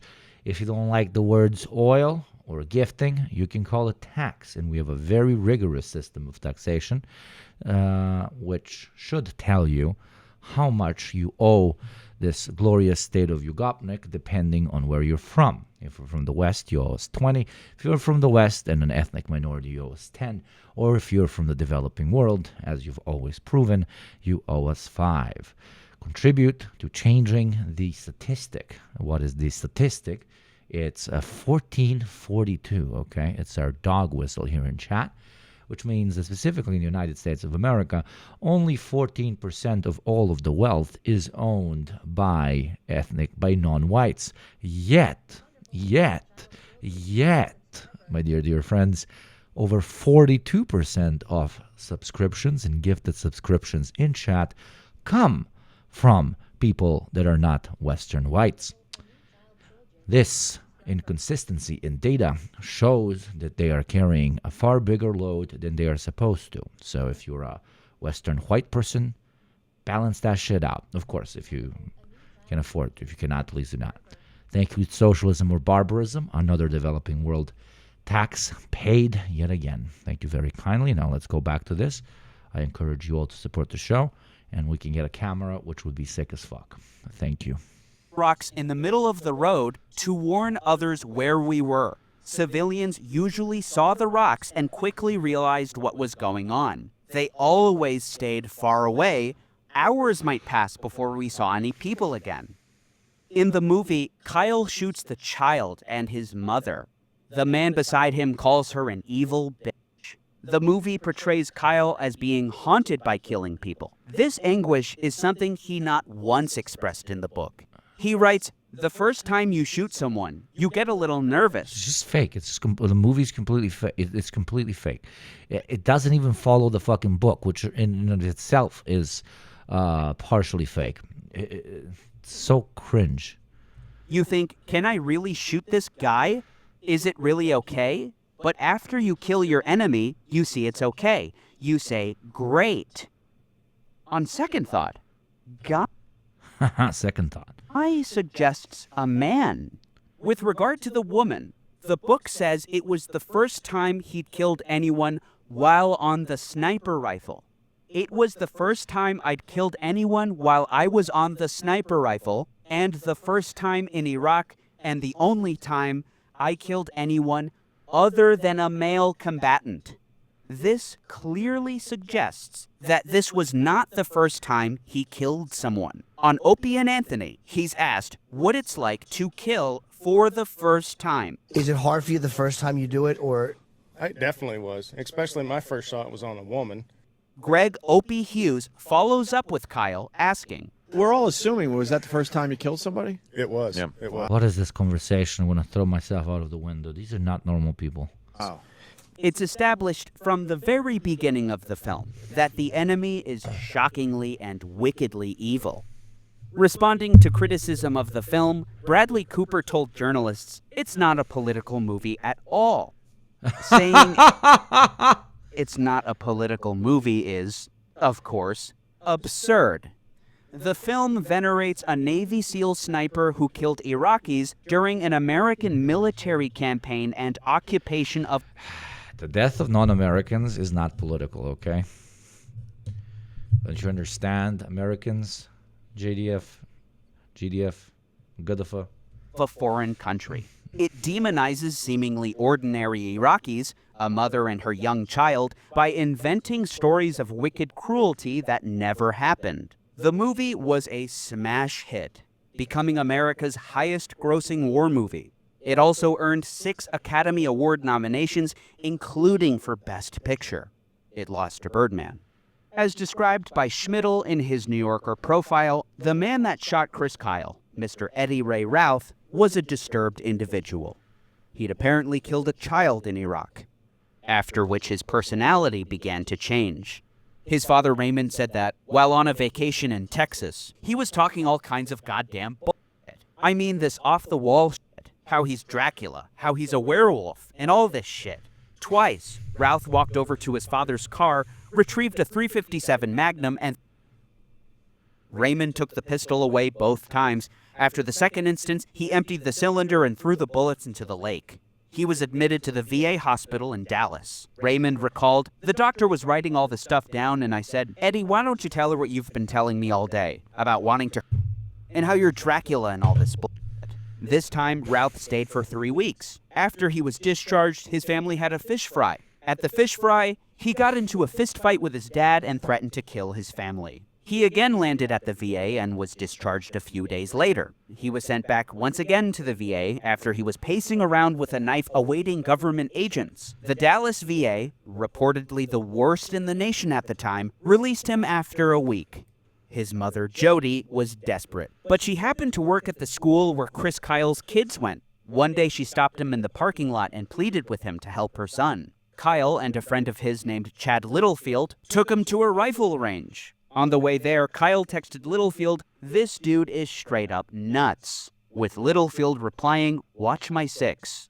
When they got to the range, Routh shot Kyle and Littlefield with 2 different pistols, reportedly an M1911 and a 9mm Sig Sauer P226. Kyle was lying face down. Oh, the mother of all fucking poetic, cinematic moments of justice. The war came home. Did it, little buddy? Blowback. You hate to see it, eh? He had been shot in the back and in the back of the head. Blood covered his baseball cap. His pistol lay in the sand within reach. Afterward, Routh called his sister, who asked him about his day. "It's kind of shitty. I broke up with my girlfriend from Louisiana." His girlfriend, who was now his fiancée, was not from Louisiana. Routh drove to his sister's house and asked if the world was freezing over, then announced that he had a new truck. His sister Laura asked if he had traded in his car, a Volkswagen Beetle, and he said no, but added, "I sold my soul for a truck. We went to the gun range, I killed them." Laura asked her brother what he was talking about. "Chris and his friend, I killed them. I murdered them." Prosecutors focused on Routh's drug and alcohol. That's crazy. Used to discount his insanity plea. Their efforts paid off. Routh was sentenced to life in prison without the possibility of parole. Blowback, blowback, blowback, blowback, blowback, blowback, blowback, blowback, blowback, blowback, blowback, blowback, rest in piss. Steam shouldn't exist. Okay, hear me out for a second. I'm definitely glad it exists. I use it like several times a week to buy and play. It's looked interesting how Steam became the only good monopoly in existence. Games. So it can be an interesting conversation on monopolies. Or alternatively, one of my favorite channels on the planet, so fucking good, Jack Say. Netflix just we can talk about, I don't know, movies about serial killers, and is that normal or is that fucked up? Can I get a poll and can you guys vote? Serial killers versus Steam. Okay. Or just spam. Just spam right now in chat. Scream serial killer or scream Steam. You know, just shit like that, and I'll guess what you want. Just spam the shit out of chat. Damn, it's really in the middle. Holy shit, it's really cut. Oh my god, it's really cut.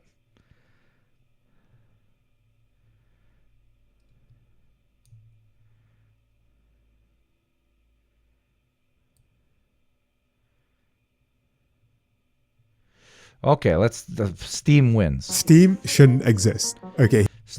Steam wins, though the serial killer crowd is really strong. We'll definitely watch both. Is it going to be during this stream or another? But let's start out with Steam, the only good monopoly. Hear me out for a second. I'm definitely glad it exists. I use it like several times a week to buy and play games, and I have a good experience almost every time. But it definitely shouldn't exist. I mean, if I told you that there was a tech company that was founded in the 90s that controlled 70% of its market and that had basically zero meaningful competition, and that the CEO owns a fleet of yachts so big that he needs smaller support yachts for the main one, you'd probably start thinking about guillotines and not video games. And yet this more or less perfectly describes Valve, the company responsible for Steam. It's basically impossible to name another tech company from that era that has a reputation that's half as good as Valve. And even just a quick Google search will show you a litany of admiration and good reviews for Gabe Newell, the founder, in a way that very few people seem to talk about. Gabe does look I can't believe I'm going to say this about a billionaire, but like kind of wholesome-ish. I don't know, or did they fall for propaganda? Let's watch the video. I love watching videos about stuff I have no knowledge about whatsoever. It's honestly very refreshing because I kind of know everything. So Zuckerberg or Bezos. Valve and Steam have won at the game of capitalism, and they've effectively monopolized an entire business. And yet they are, at the same time, lauded as one of the best examples of a consumer-friendly product. And it makes no sense at first glance. So how did they do it? How did Steam beat capitalism without getting greedy? Valve Corporation is without a doubt one of the most important companies in all of technology. It was founded by two guys, Gabe Newell and Mike Harrington, who left Microsoft in 1996 to pursue a dream project, creating their very own video game from scratch. Their debut project was Half-Life, and it was so successful that it still is today considered one of the greatest video games of all time. It's art. It's fucking great. And since then they've released a lot of bangers. Half-Life, Team Fortress, and Counter-Strike are all still incredibly popular series and have millions of players every day collectively. But after releasing several extremely popular games themselves, they noticed a few issues with the games industry. If you're a little older, you might remember a time when pirating a PC game was comically easy. Literally within a few days, you could get free software and bypass most security measures with like a few seconds of Googling. And we saw the first wave of companies getting really desperate to put the lid on piracy. When Doom 2 was leaked weeks before its official release, their developer responded, I had not bought a video game until I turned 16 or 17. The first video game I bought because my parents gifted me a PlayStation 3. Yeah, I was so happy with that PlayStation 3. But the PlayStation was not jailbroken yet, so I had to actually purchase a game. And games were extremely expensive for the normal salaries that most Balkan people made back then. They still are to an extent, even though life in the Balkans became very, very expensive now. And the salaries haven't kept up. But hey, we didn't want socialism, so here's some capitalism. Eat your shit with a spoon, baby. Thank you, Anon, for the gift sub. So I was a PC gamer before that, and I got everything, absolutely everything pirated. I think if I asked my parents to buy me a game, they would throw me out the fucking window. They only helped me out with console games because there was no other alternative, right? But even with console games, I would trade games nonstop. I traded games nonstop. Even got conned a few times by adult males that would just fuck me over. I was a moderator. Holy shit. I was a moderator on the biggest Balkan video game exchange forum. That's how much I was doing. I was a mod. I was a mod on the biggest video game exchange forum. It was a forum you would write what kind of game you want and what kind of game you're giving. And then you would exchange. And I would continuously, I played a lot of games, but never had a large collection. Just continuously exchanging them. And to this day, like most PC gamers from my part of the world, I don't think they buy their games. They pirate absolutely everything. And those that do probably do because of all the Steam deals and so on, which makes it accessible for them, I guess. You was the OG Wojak. But yeah. Torrents and a lot of exchanging. What a crazy time.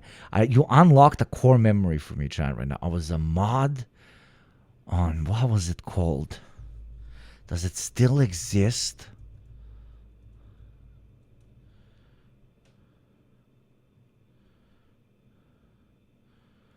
Oh my god, it looks so different than it did back then. Razmena Igara.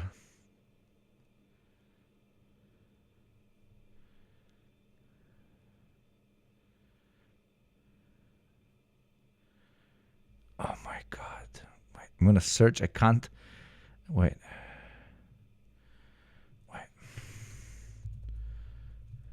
One second.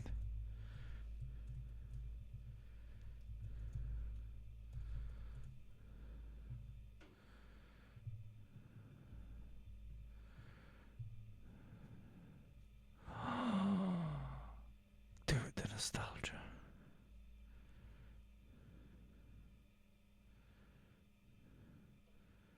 Holy shit, the nostalgia.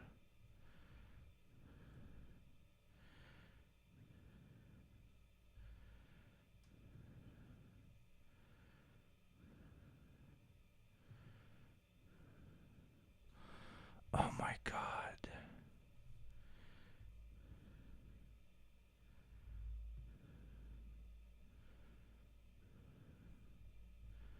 Sorry. I went down a nostalgia pipe. Sorry. My bad, chat. I'm very sorry. I just wanted to see... what? Just wanted to see...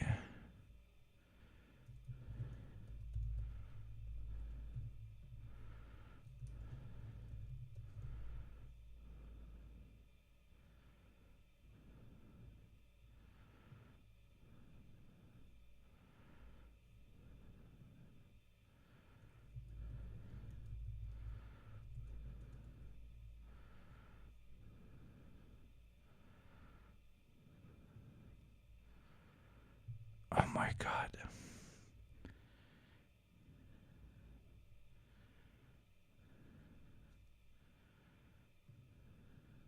I found myself. No, that's not me. No, that's not me. There's another guy that's called Hitman 47, but that's not me. Oh my god, sorry. That's so cool. By banning. Sorry, chat. Sorry. That's so cool. I tried to find myself, but I'm not going to find myself because maybe in some of the posts I wrote my full name or address or something. So that would be quite an idiotic way of sharing my identity. So yeah. The other Hitman 47 was Hitman 47 XX. So motherfucker was copying my ass. I'm gonna dig into this later. This is so cool, and I'm really glad the site is still on. Any pre-launch reviews or external testing for their next... No, my name back then and always is. Add me on PSN. It's McHitman47. Game. Always was like Hitman. Like I was obsessed with the Hitman games, and everything was like Hitman or Agent 47 or 47. Like I was obsessed. I was an edgy kid that is a mass murdering assassin. I think I played Hitman 2 Silent Assassin like at least 40-ish times. Wait, the then Vice President of Marketing even announced that no copy of our game... But yes, now we can afford to buy games thanks to beautiful subscribers that should subscribe so I can buy more games and play some of them with you. I'm enjoying Kingdom Come Deliverance 2, the Blacksmith DLC so much, and I'm going to play the last DLC with you motherfuckers next week, hopefully. ...would leave the building. Except that game ended up also being leaked 3 days before its release. Some kid literally just broke into their network and downloaded the game in front of them. And they were so young that the company didn't even bother pressing charges. This state of affairs, though, wasn't all fun and games. The lack of security also made games way more... This person looks so sweet, I want to eat him. ...prone to hacking and cheating, and it was super difficult for game developers to have a clean method to offer security and performance patches over the lifespan of the game. And this is where Steam came in. You see, Gabe Newell has a pretty famous take on... No, like in our part of the world, when somebody's you see a cute baby and you're like, I want to eat you. It's just a thing we say, Jesus Christ. Piracy. What's Valve's take on piracy?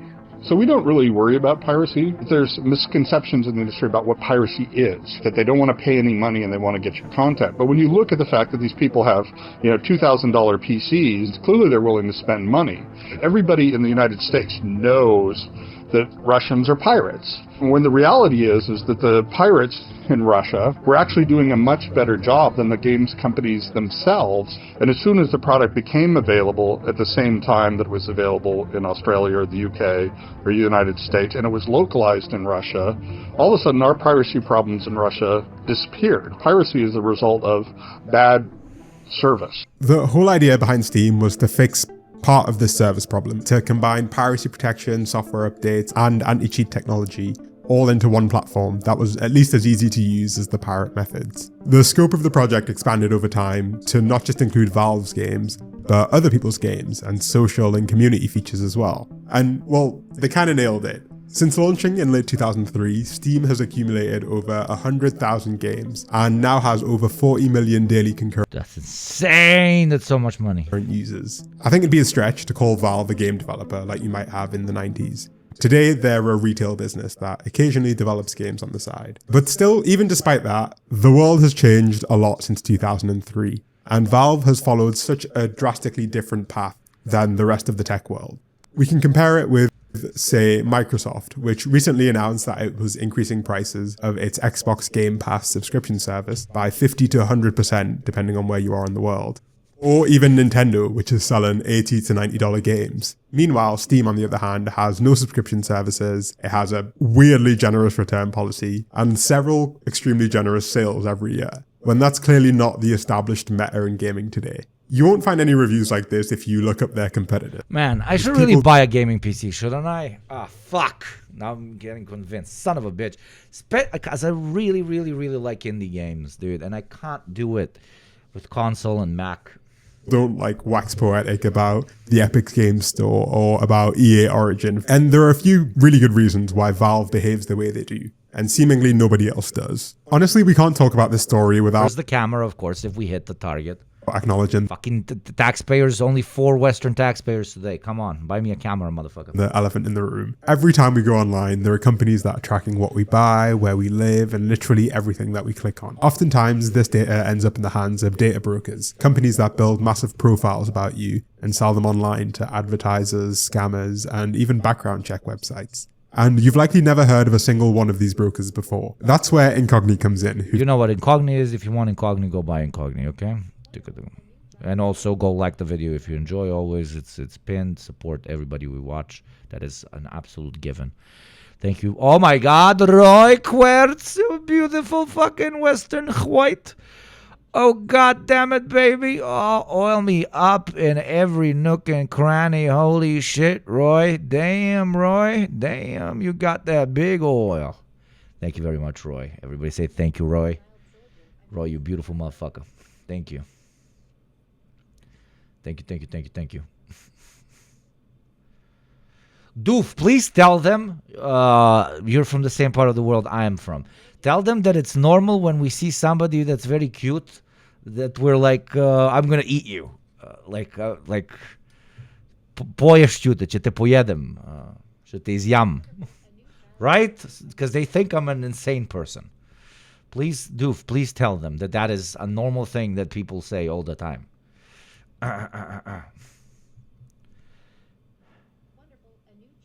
Them out if you want more control over your online data. Thank you to Incogni for sponsoring this video. Let's get back to it. So Valve is a weird company, but not just from the outside. While basically every major tech company from their era decided and it's normal in other places. So the chatters that are fucking with me are, I guess, fucking with me, and I'm falling for it. Thank you, Cuphead, as well. Publicly listed on the stock market and solicit investment from the public. Valve has had a really quite different approach. They've remained completely private since being founded, and as a result, it can be hard to find out pretty much anything about how the company works, but some people have done their best to dig deep and get some information. The biggest advantage, first of all, of them being private is how they set goals. A public company like Meta has obligations every quarter. They have to announce and subsequently beat their earnings estimates, the share price has to keep going up, and even a small dip in revenues can be pretty disastrous for the future of a huge publicly listed company. The line has to keep going up, and the collective tech industry realized a while ago that the best way to do that is to acquire as many users as humanly possible.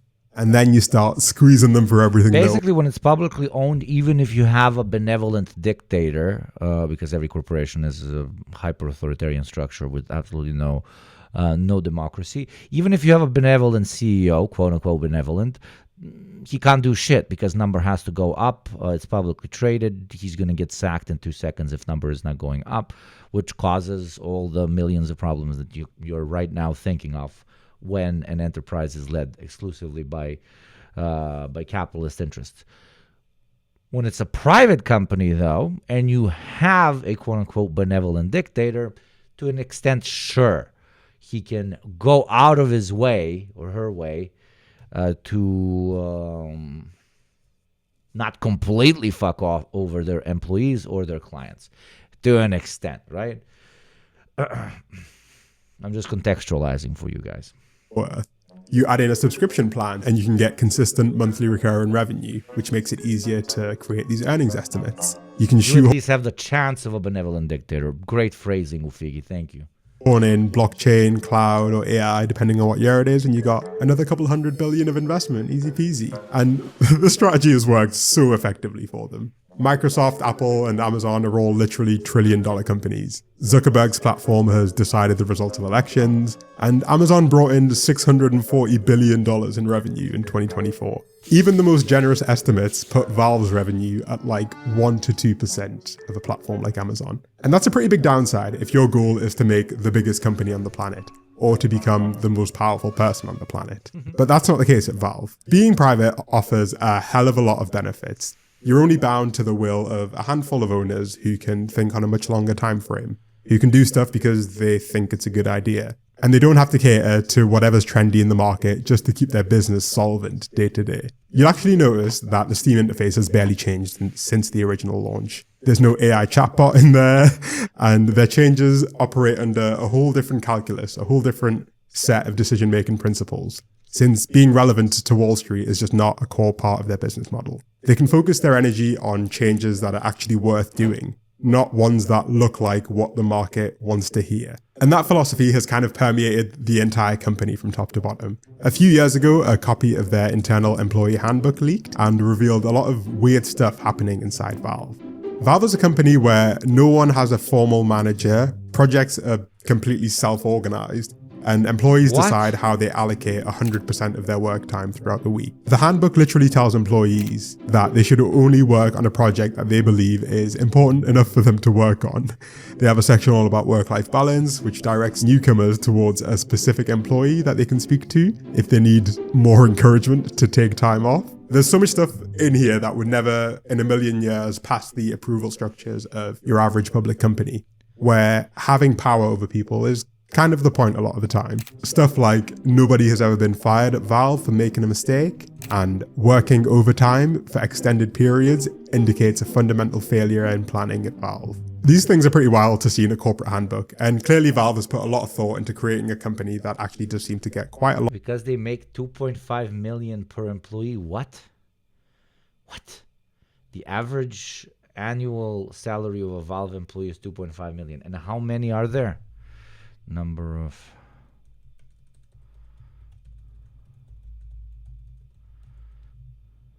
336, yeah, and they kept it small. My guy accidentally literally made a market socialist enterprise.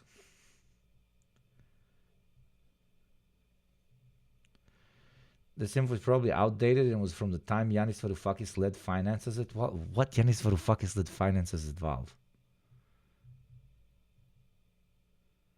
So, like, bro, I know people who work at Valve and they make $250K average. That's still a lot of money. But it's not $2.5 million, yeah. I did not know that.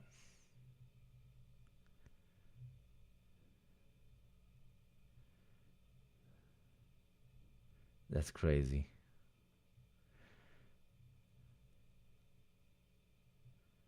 Thank you, Bear G.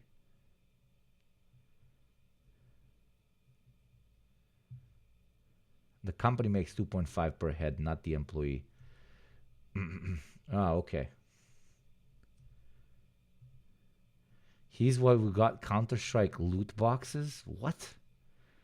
But isn't that fucked up? Aren't loot boxes evil? Why did why did you do this? Why did you do this, Yanis? Why are we having this? A lot out of its people, especially given how small it is. I've kind of been glazing these guys up until this point, alright? And in the world we live in, they're clearly not the worst tech bros out there. But it's important to remember one thing about Valve. It's not a charity, okay? It exists, like literally every other company of this scale, to make a lot of money. And it does that incredibly well. The CEO, Gabe, isn't suffering because of his choices. He hasn't sacrificed anything in the pursuit of this business model, right? He's got an armada of yachts and is currently building a $400 million super yacht, which is about the same price as a Boeing 747 passenger jet.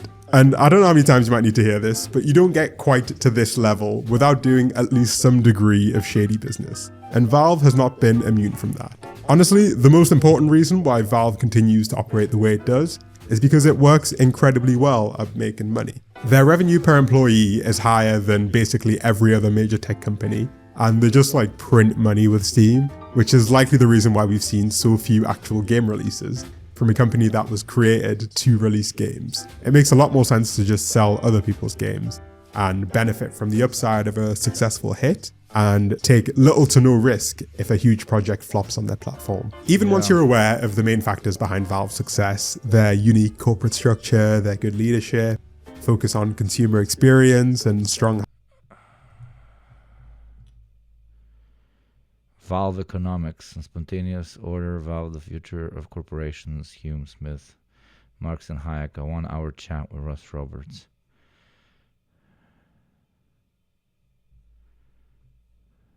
Gabe Newell on productivity, economics, political institutions, the future of corporations. Guys, I might make a video on this. This is crazy.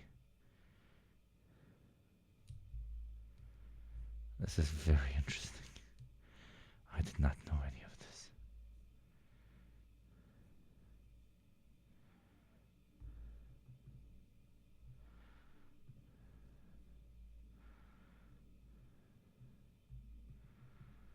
Opposite of what you should be doing, and what we decided was that we were going to buy the most expensive talent that was out there in the world. That the opportunity was that those were the people who were least correctly valued. Fascinating. hiring. It can be a little difficult to understand why they haven't been dethroned yet, especially given that the competition collectively has access to trillions of dollars. Now, part of it is just that the PC market has grown year on year. It's so unbelievably cheap and easy to access the PC gaming world, especially compared to 2003, and Valve has been rewarded handsomely for that. And while they've been able to achieve this level of growth without actually seriously mistreating their consumers or their employees, they've not necessarily been as nice to everyone else involved in the game development process. As they've grown, the pressure that they've put on game developers and game publishers, especially the smaller ones, has been getting a little bit out of hand. So Steam takes a... How much money do you think a person needs for a really good gaming and editing PC? Like, I'm talking top tier shit, okay? Top tier shit. How much is Hugo looking at Waste thing, huh? 30% cut of all... But more towards gaming, because they don't really edit that much. $5,000, that's a lot of money. God damn. 5K? Some are saying 2K, 3K. A $5, son of a bitch. 5 is a lot of money.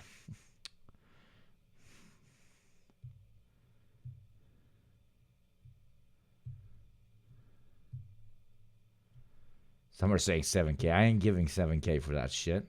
3 to 5K. Okay. 3K if you build it yourself. I got a bunch of nerd friends. I got you guys. You guys can help me build a PC. That would be fun. Would you guys be interested in doing that? we can have a month where I spend everything I make in that month on a PC. After taxes, of course. That would be insane. We could make some crazy fucking shit, bro.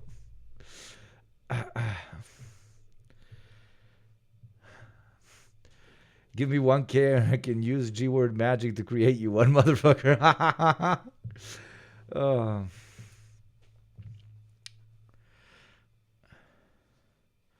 $5K and I still get 120 FPS in Rust. Oh my god. I thought socialism was one. No, gaming PC. I'm abandoning the movement. I want gaming PC. Sales through the platform, which is ludicrously high. For context, a website like eBay takes about 12 to 15%. I don't use a mouse either. I use the fucking the Apple trackpad is like fucking incredible. Did you get a Balkan discount on the PC? Yeah.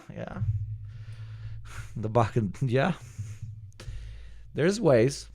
While other game sale platforms take even less. Epic Games takes nothing on the first $1 million in sales, and even the famously generous Microsoft only takes 12% of sales on its store. And in a fairer world, game developers could take advantage of lower fees on other platforms to offer better prices to customers. If I was a game developer that needed to make $7 per copy sold in order to recoup my initial costs, then I could charge $10 on Steam as a minimum, since they take 30%, and I could charge... They take how much? Okay, that's fucked up. That's fucked up. Say $7 on Epic, since the first $1 million in sales has zero fees. Customers would get cheaper games, the devs would get the same amount of money. It's one of the clearest win-wins ever. Except that Valve is well aware of this and forces developers to agree to what's known as a most favored nation clause in its agreements. Thank you, Lorenzo, for the 10 months. Be like Lorenzo, pay your dues. An MFN, a most favored nation clause, basically means that a developer can't sell their game substantially cheaper elsewhere if it's also listed on Steam. It means that even if another platform cuts the fees that they take, the developers aren't allowed to pass on the savings from that deal to the end consumer. If a game is $10 on Steam, it has to be about $10 everywhere else. And very few games can survive without being on Steam, given that they have all of the customers. Nasty. It's created a setup where Steam looks like the best deal, in part because it literally pressures developers and publishers to not offer a better deal elsewhere. And while most competitor platforms actually offer pretty generous deals to smaller developers, Steam does the opposite. Games that sell millions and millions of copies end up receiving a better split. This isn't because, I don't know, Activision needs the money, but it's because Valve understands as a company that the big developers are the ones who have the true bargaining power, the ones who could have significant impact if they tried to leave. And by offering them these generous deals, they encourage them to stay on Steam from day one. Indie developers who sell 50, 100, or even 10,000 copies of a game don't have a fraction of the bargaining power. And so there's no need to offer them a better deal. I mean, this is like clearly pretty anti-competitive if you ask me, but from a marketing and PR sense, it's actually genius. Steam always ends up having the best price possible on its platforms. The customers always get what looks like a reasonable deal, and Valve doesn't bear any responsibility if a game ends up being more expensive than the public expected. The blame falls squarely on the developers. Meanwhile, other platforms can't easily compete on price and have to compete on other things, which is why you see exclusive releases as a method of competition. Yeah, chat. My reaction at the 30% was not, ooh, no, not the massive gaming corporations. Oh, no. It was like, where that cost is going to be offloaded. Number one, to the employees, and number two, of course, the customers. So it's, it's sucky. But people hate having to download a whole separate app to play one game because it's annoying. But I guess it hosts it forever. I don't know how much hosting it forever costs. Doesn't sound 30% type expensive, okay? For you to host my game that made 1 million in revenue, to host it is going to cost you 300,000? Yeah. Press F to doubt. and it feels anti-competitive. It feels like the wrong way to compete in this space. And by the way, I'm not like pretending that the Epic Games Store is like some pariah of the gaming industry, okay? They would definitely be doing the same shit if they could, right? They're just annoyed that they can't. They're actually really annoyed that they can't because the CEO of Epic Games has been on this warpath for many years now. And the reality is their app is not the best, not just because of these anti-competitive practices that they're subject to, but also because the Epic Games Store is not very good. And many of these alternatives are just not very good to use. They can be buggy and laggy, while Steam ultimately at the end of the day provides a very functional service. The point that I'm actually making here is that Steam has monopoly power in this market, and they're using this power to do what all private monopolies always end up doing, restricting consumer choice and restricting competition. Until recently, Apple did a very similar thing. They'd take 30% of all in-app purchases that were done on Apple devices. Apps were literally not even allowed to tell their users that Apple was just taking 30% of the money and that you could sign up through Google Chrome or whatever for a discount. Apple wasn't taking this 30% fee because they were providing some amazing extra service. Doesn't that also happen on the Twitch app on your Apple phone when you subscribe? Then please, I love when you subscribe, but please don't subscribe on an Apple phone. Subscribe on some other device, please. Because I don't get that money. Apple gets that money. So, you're not helping me out. You're not helping yourself out. Please never do it on an Apple phone. Please, please, please, please. Android too? Then yeah, do it through whatever gives these fucking ghouls less cash. Do it through the browser maybe, or do it through desktop. When you bought your Fortnite V-Bucks, they did it because, much like Steam, they have completely unreasonable levels of control over the mobile app market, and they can get away with it. And it was a major legal issue until earlier this year when a long-standing lawsuit forced Apple to let developers offer alternate payment methods with lower fees. And in my opinion, this is basically identical to what Steam does in gaming. Except they were smart enough to realize that they needed to keep the biggest publishers on side, and they couldn't push it too far. Instead of trying to get 30% out of literally everyone, like Apple did, they made it an explicit point to offer more generous deals to the bigger clients. And again, let me remind you, Steam is actually a pretty good service, right? It mostly just works, but that doesn't mean it's not also holding an unfair market position. And it's okay, help out your resident, I guess, console idiot. They just host the fucking thing, and it's a store. It's just a digital store. Like saying, oh, it works really well and it's really smooth and so on. Yeah, but that's not that difficult. It's a fucking store. So help me. Like, what else does it offer me? Like, it's a fucking just website. It's a fucking store website. It's not... What kind of glitches can happen there? You know what I'm saying? Like, it's just a digital store. Download speeds, so it helps boost download speeds and shit.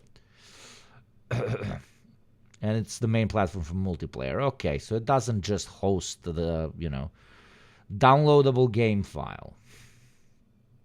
Forums, community, discounts. That's fair. That's fair.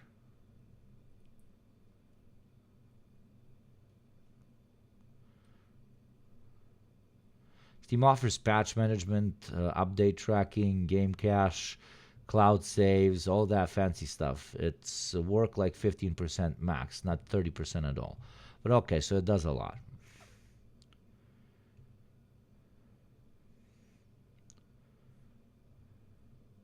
Surprised that Thank you, chat. Valve are actually currently facing a class action lawsuit from a group of developers who allege exactly this. And they brought receipts. An economist quoted in the lawsuit even estimated that in a properly competitive environment, Steam wouldn't take more than like 17 to 18% of sales, as opposed to 30%. This is literally billions of dollars that would end up back in the hands of developers. It's not like chump change. And I think we let Valve and Steam off for a lot of this behavior because they're often seen as like a neutral middleman who only exists to make the process of gaming smoother. And they do that, but they do a lot more too. When I began looking into Valve as a company, I quickly found out that they have some pretty... Do you think he actually games, or is he too rich to game now?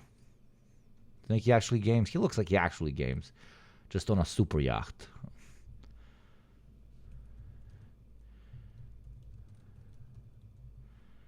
Holy shit, that's a big fucking yacht. Holy Mother of God. That's a big yacht. Yachts and old British money mega mansions are my two class enemy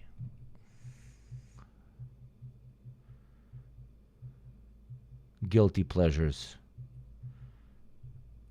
I fuck with him. He has a little fleet. Of course, he games. His yachts have LAN rooms. Come on. That's fucking hilarious.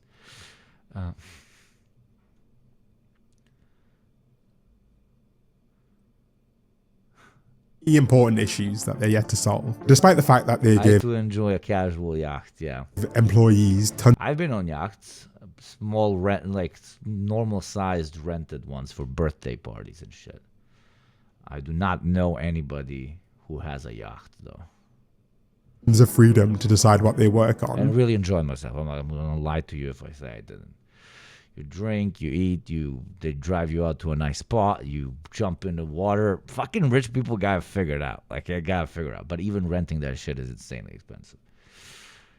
Their staff rarely stay as lifelong Valve employees. One analyst even said that, I've not met anybody who had a career there. They last long enough to make money, but the developers that I've known there have left for greener pastures because the company doesn't publish games.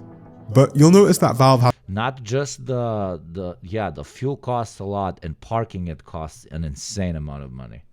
Especially because you got to keep it in the parking for at least like 9 months out of the year. That costs so much. The pier. Thank you, Kaz, you fucking legend. Thank you for the prime. Thank you very much. Who had a career there. They last long enough to make money, but the developers that I've known there have left for greener pastures because the company doesn't publish games. But you'll notice that Valve hasn't actually completely given up on games, and the ones they've decided to keep tell us a lot about Valve's thinking.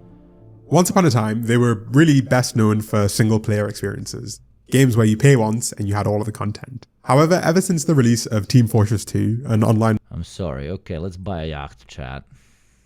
Let's be capitalist for a day. Though you could be even in capitalism, you could be a highly specialized professional that can afford to buy a yacht, I guess, but not a mega yacht.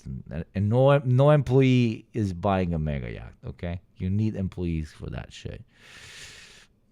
How are you asking me for $235,000 for this?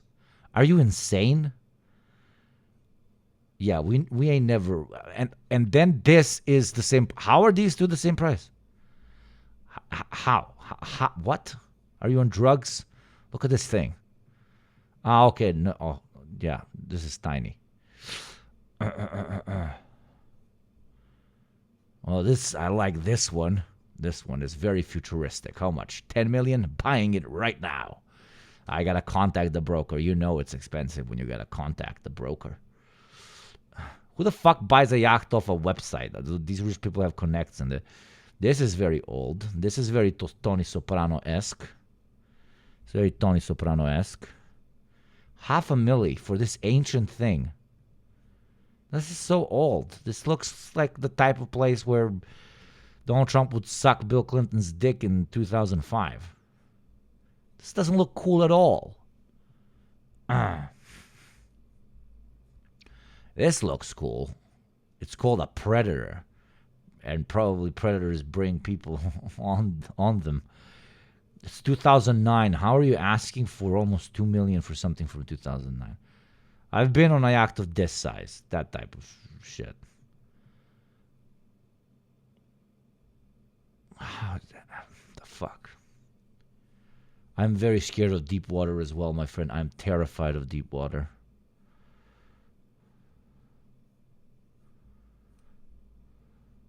All of these suck, mate.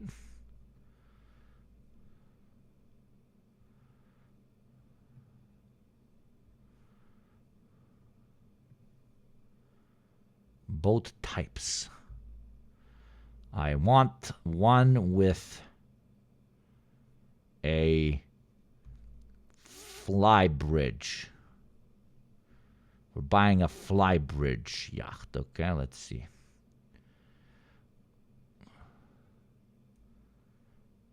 There we go. I found our yacht. There's no way it's that cheap. There's no way it's that cheap. Chat, we buying this yacht. When I have 100,000 subscribers, when I have as many subscribers as Hassan, we buying this. We're streaming from this with champagne and caviar. Okay, we're gonna show champagne socialism we're gonna bring it to another level. Do the humans come with the ship, or do I have to pay extra for the humans? Do they ever leave? I want at least 4 slaves for this price. Okay. Oh, God damn it, that looks amazing. Son of a bitch, I hate rich people. Son of a fucking bitch, you fucking assholes. Okay, we need people's yachts. You get a yacht. You get a yacht. You get a yacht. Get this one. What's this one? VS9. It's not opening. Get just... Oh, what the fuck is this? Oh, that's cute. That's so weird looking. What the fuck? That is so weird looking. It's a cab.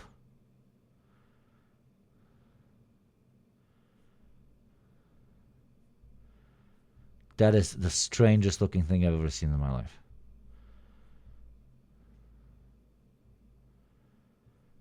How much money cost?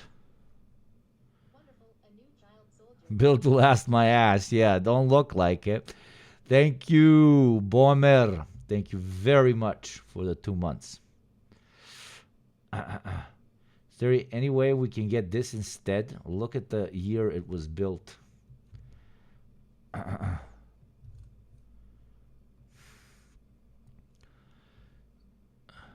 Comuna. Oh my God, that's cool as shit.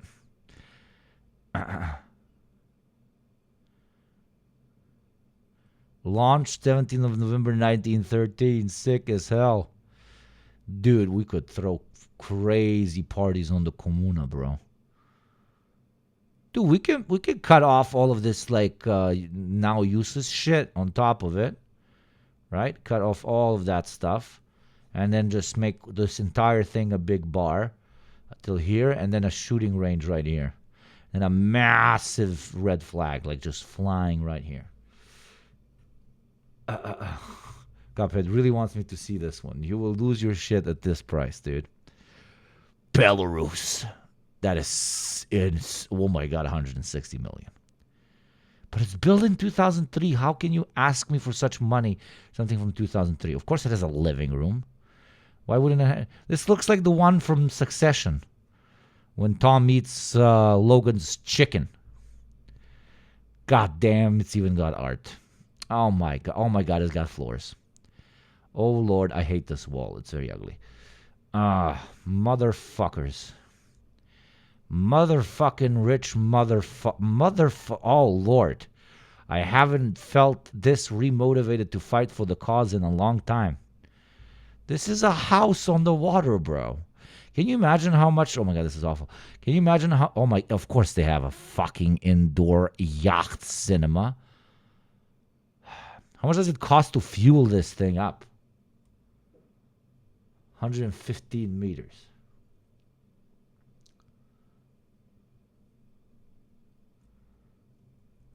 Triangle of Sadness bullshit. No, the Triangle of Sadness... People were fucking poor as shit. They were on basically My friend Jonathan from Florida was fighting a group of raccoons over dinner when he thought of the idea of Oreo poutine. Well, that's certainly not going to be a strong enough gravy. What the heck is it doing to my pot? That's frothy. It's a frothy gravy. Oh, it's so thick. All right, it's almost time for business here. Some cheese curd action going. This plate might be a little small. Those fries look awful. A little bit of cheese. There we go. All right, and then we top it with our homemade Oreo gravy, which is somehow purple. Someone's got to explain that one to me. A little bit more cheese curd. Boy, did I really make a lot of this. Okay, here we go. It's not bad. You know, I could probably use a little bit of Worcestershire sauce and sure the gravy's a little bit on the thick side, but hey, it's surprisingly edible. I was worried about taking advice from a guy who gets nutrition from stealing food out of wild animals' mouths, but time and experience proves you just never know. So I'm gonna have to give the Oreo poutine a 4 out of 5. That was indeed a thing we just watched. God damn it. It's getting late. Embargo USA immediately. This is literally giving me a secondhand stomachache. That looks like shit.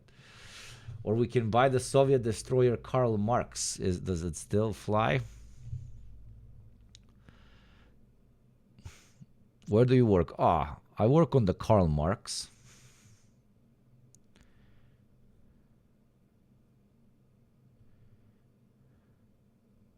It's just a destroyer. Crassy. And multiplayer shooter. They realized you didn't need to make new games to make money. You needed to make more money from the games you'd already created. And thus... we got a hype train, but you guys were very generous today, so you can let it die. If you want the hype train to push, I guess the only motivation I can give you is I will show you cats from a book filled with cats. Was born the microtransaction. Instead of concepting, researching, and developing a whole new game, why not just sell cheap items that add on to an existing game? But the real genius wasn't selling like cheap collectibles and letting people buy them. It was letting people gamble for them. In 2010, Valve launched the Supply Crate, an in-game item for Team Fortress 2, which allowed you to receive a random in-game cosmetic item. Except to receive the item, to unlock the crate, you had to purchase a key with real money. Basically, you paid a small amount of money for the chance to receive an item that was worth potentially hundreds or thousands of dollars, or potentially an item worth nothing. This is the infamous loot box. And shock horror, it turns out people, especially kids, quite like gambling. Valve developed item marketplaces and whole in-game economies around these items, wherein people would sell them for real money, use them to launder illicit money, or just do some old school degen gambling. The loot box mechanic has been so successful that it's present in basically every actively maintained Valve title. While they weren't the first to use this mechanism, they definitely You're telling me Yanis Varoufakis invented this? What in the controversy? Popularized it by creating marketplaces that integrated smoothly the in-game value of items with actual dollar value and let people swap them easily for cash. And Valve makes a killing from this. One Counter-Strike tracker estimated that Valve had made $1 billion just... Do you guys remember the skin? Yeah, do you remember the skin casinos? That was a crazy fucking time. In 2023. Like, I believe that some of the most influential and popular people on the fucking internet are basically popular and have large platforms because they just gambled on screen. It's crazy. From selling loot boxes in the Counter-Strike games. There are so many testimonies of former players of these games where they detail getting addicted to gambling as kids, especially in a game like Counter-Strike. And Valve hired leading economists to analyze their in-game economies, and they have a really intimate understanding of this stuff. They just have zero incentive to change things. The vast majority of people who play these games won't spend a penny, except the percentage that are susceptible to gambling addiction will spend all of their money on it. In the world of mobile gaming, which relies on a very similar model, about 50% of the revenue comes from just 0.1% of the user base. And we don't have numbers for Valve, but I don't imagine it's a mile off from this. When gambling regulators have tried to shut down these systems, Valve responds not by removing them from the game, but by trying to tweak them and design alternative systems that keep as much of the gambling feel as legally possible. Valve has created what Yanis Varoufakis, one of their former economists, would call a digital fiefdom. It markets itself as a neutral middleman, but it actually has a hell of a lot of power for deciding what happens on its territory. Developers depend completely on them, and they have an unfathomable amount of consumer data and complete dominance of their market. And anyone that uses Steam to sell games is under a lot of pressure to remain on Valve's good side. They're more like medieval lords than they are medieval marketplace. Since we're doing Gamba, before we finish, we can do Gamba for subs, sure. Because it was really fun. What is Gamba for subs? It is me committing financial suicide. That's what it is. But it's very funny. Okay? What did I use? This one? No, I just fucking random. This. So Gamba for subs is you donate 5 or more subs, okay, chat? And you tell me I want to gamble them. What does that mean? That means I press this little button here, and it generates a number. If the number is divisible by 2, I have to spend my own money for the same number of subs. If it's not divisible by 2, I don't have to do that. So that is the nightmare, but also extremely like type moment of subscription gambling, which we have invented here and patented on Ugopnik Twitch. So if you want to gamble a little bit, it's a win-win. I guess it's a potential lose for me, but it's a win-win for everybody. You get to double your subs, more people can have subs, and also we feel like we're in a casino. God bless.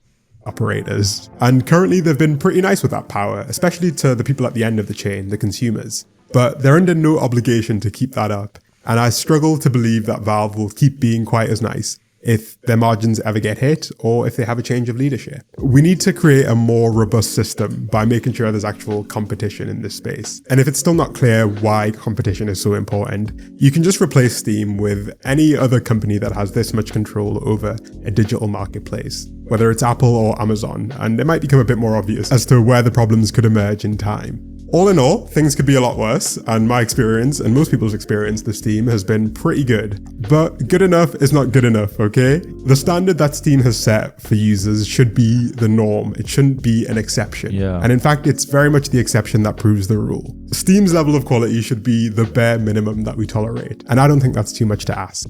Beautifully put. Okay. Found a new channel I really like. Go and give them a like and a subscribe. And with that, chat, and no gamba, I guess. Oh, it's very late. God damn it. Now I understand why I don't do the late streams, even though we do better numbers and it's fun and so on. It's fucking late. This was a 10 out of 10 stream. This was so fucking enjoyable. This was very, very, very enjoyable. Very enjoyable. Now I'm gonna send you to a Serbian, to Liv Agar. You guys know Liv Agar? Liv Agar streams once a week. So I'm gonna send you to Liv. She's gonna love you. You guys better behave, motherfuckers. Thank you, Tikontal, for the 15 months, you fucking legend. Thank you, Tsar, for the 20 months, you crazy motherfucker. Listen to the episode you guys did with Rockhill. Ogromno spasibo for always having the right guests at the right time. You've been essential to helping me help my organizer girlfriend during her time of increasing disillusionment with progressive liberal politics. I wouldn't be able to fight the Paw Johns on my own. You fucking legend. That is so kind of you. Thank you. That's why we do what we do. That's so nice of you to say. Thank you. And thank you for your financial support as well. Very based. God bless. Now, chat. Thank you to everybody that followed. If you're here and you haven't clicked the button, what the fuck are you doing? It's literally just a button. Thank you very much to my mods. You did a great job, you fucking little piggies. Thank you to everybody that chose to spend your part of your Sunday with me. It is always a pleasure and an honor. I'll see you next week. We will definitely have at least one gaming stream. We didn't have one this week. And stuff like that. I really appreciate all of you fuckers. I really, really do. Thank you. And stay radical. Bye-bye.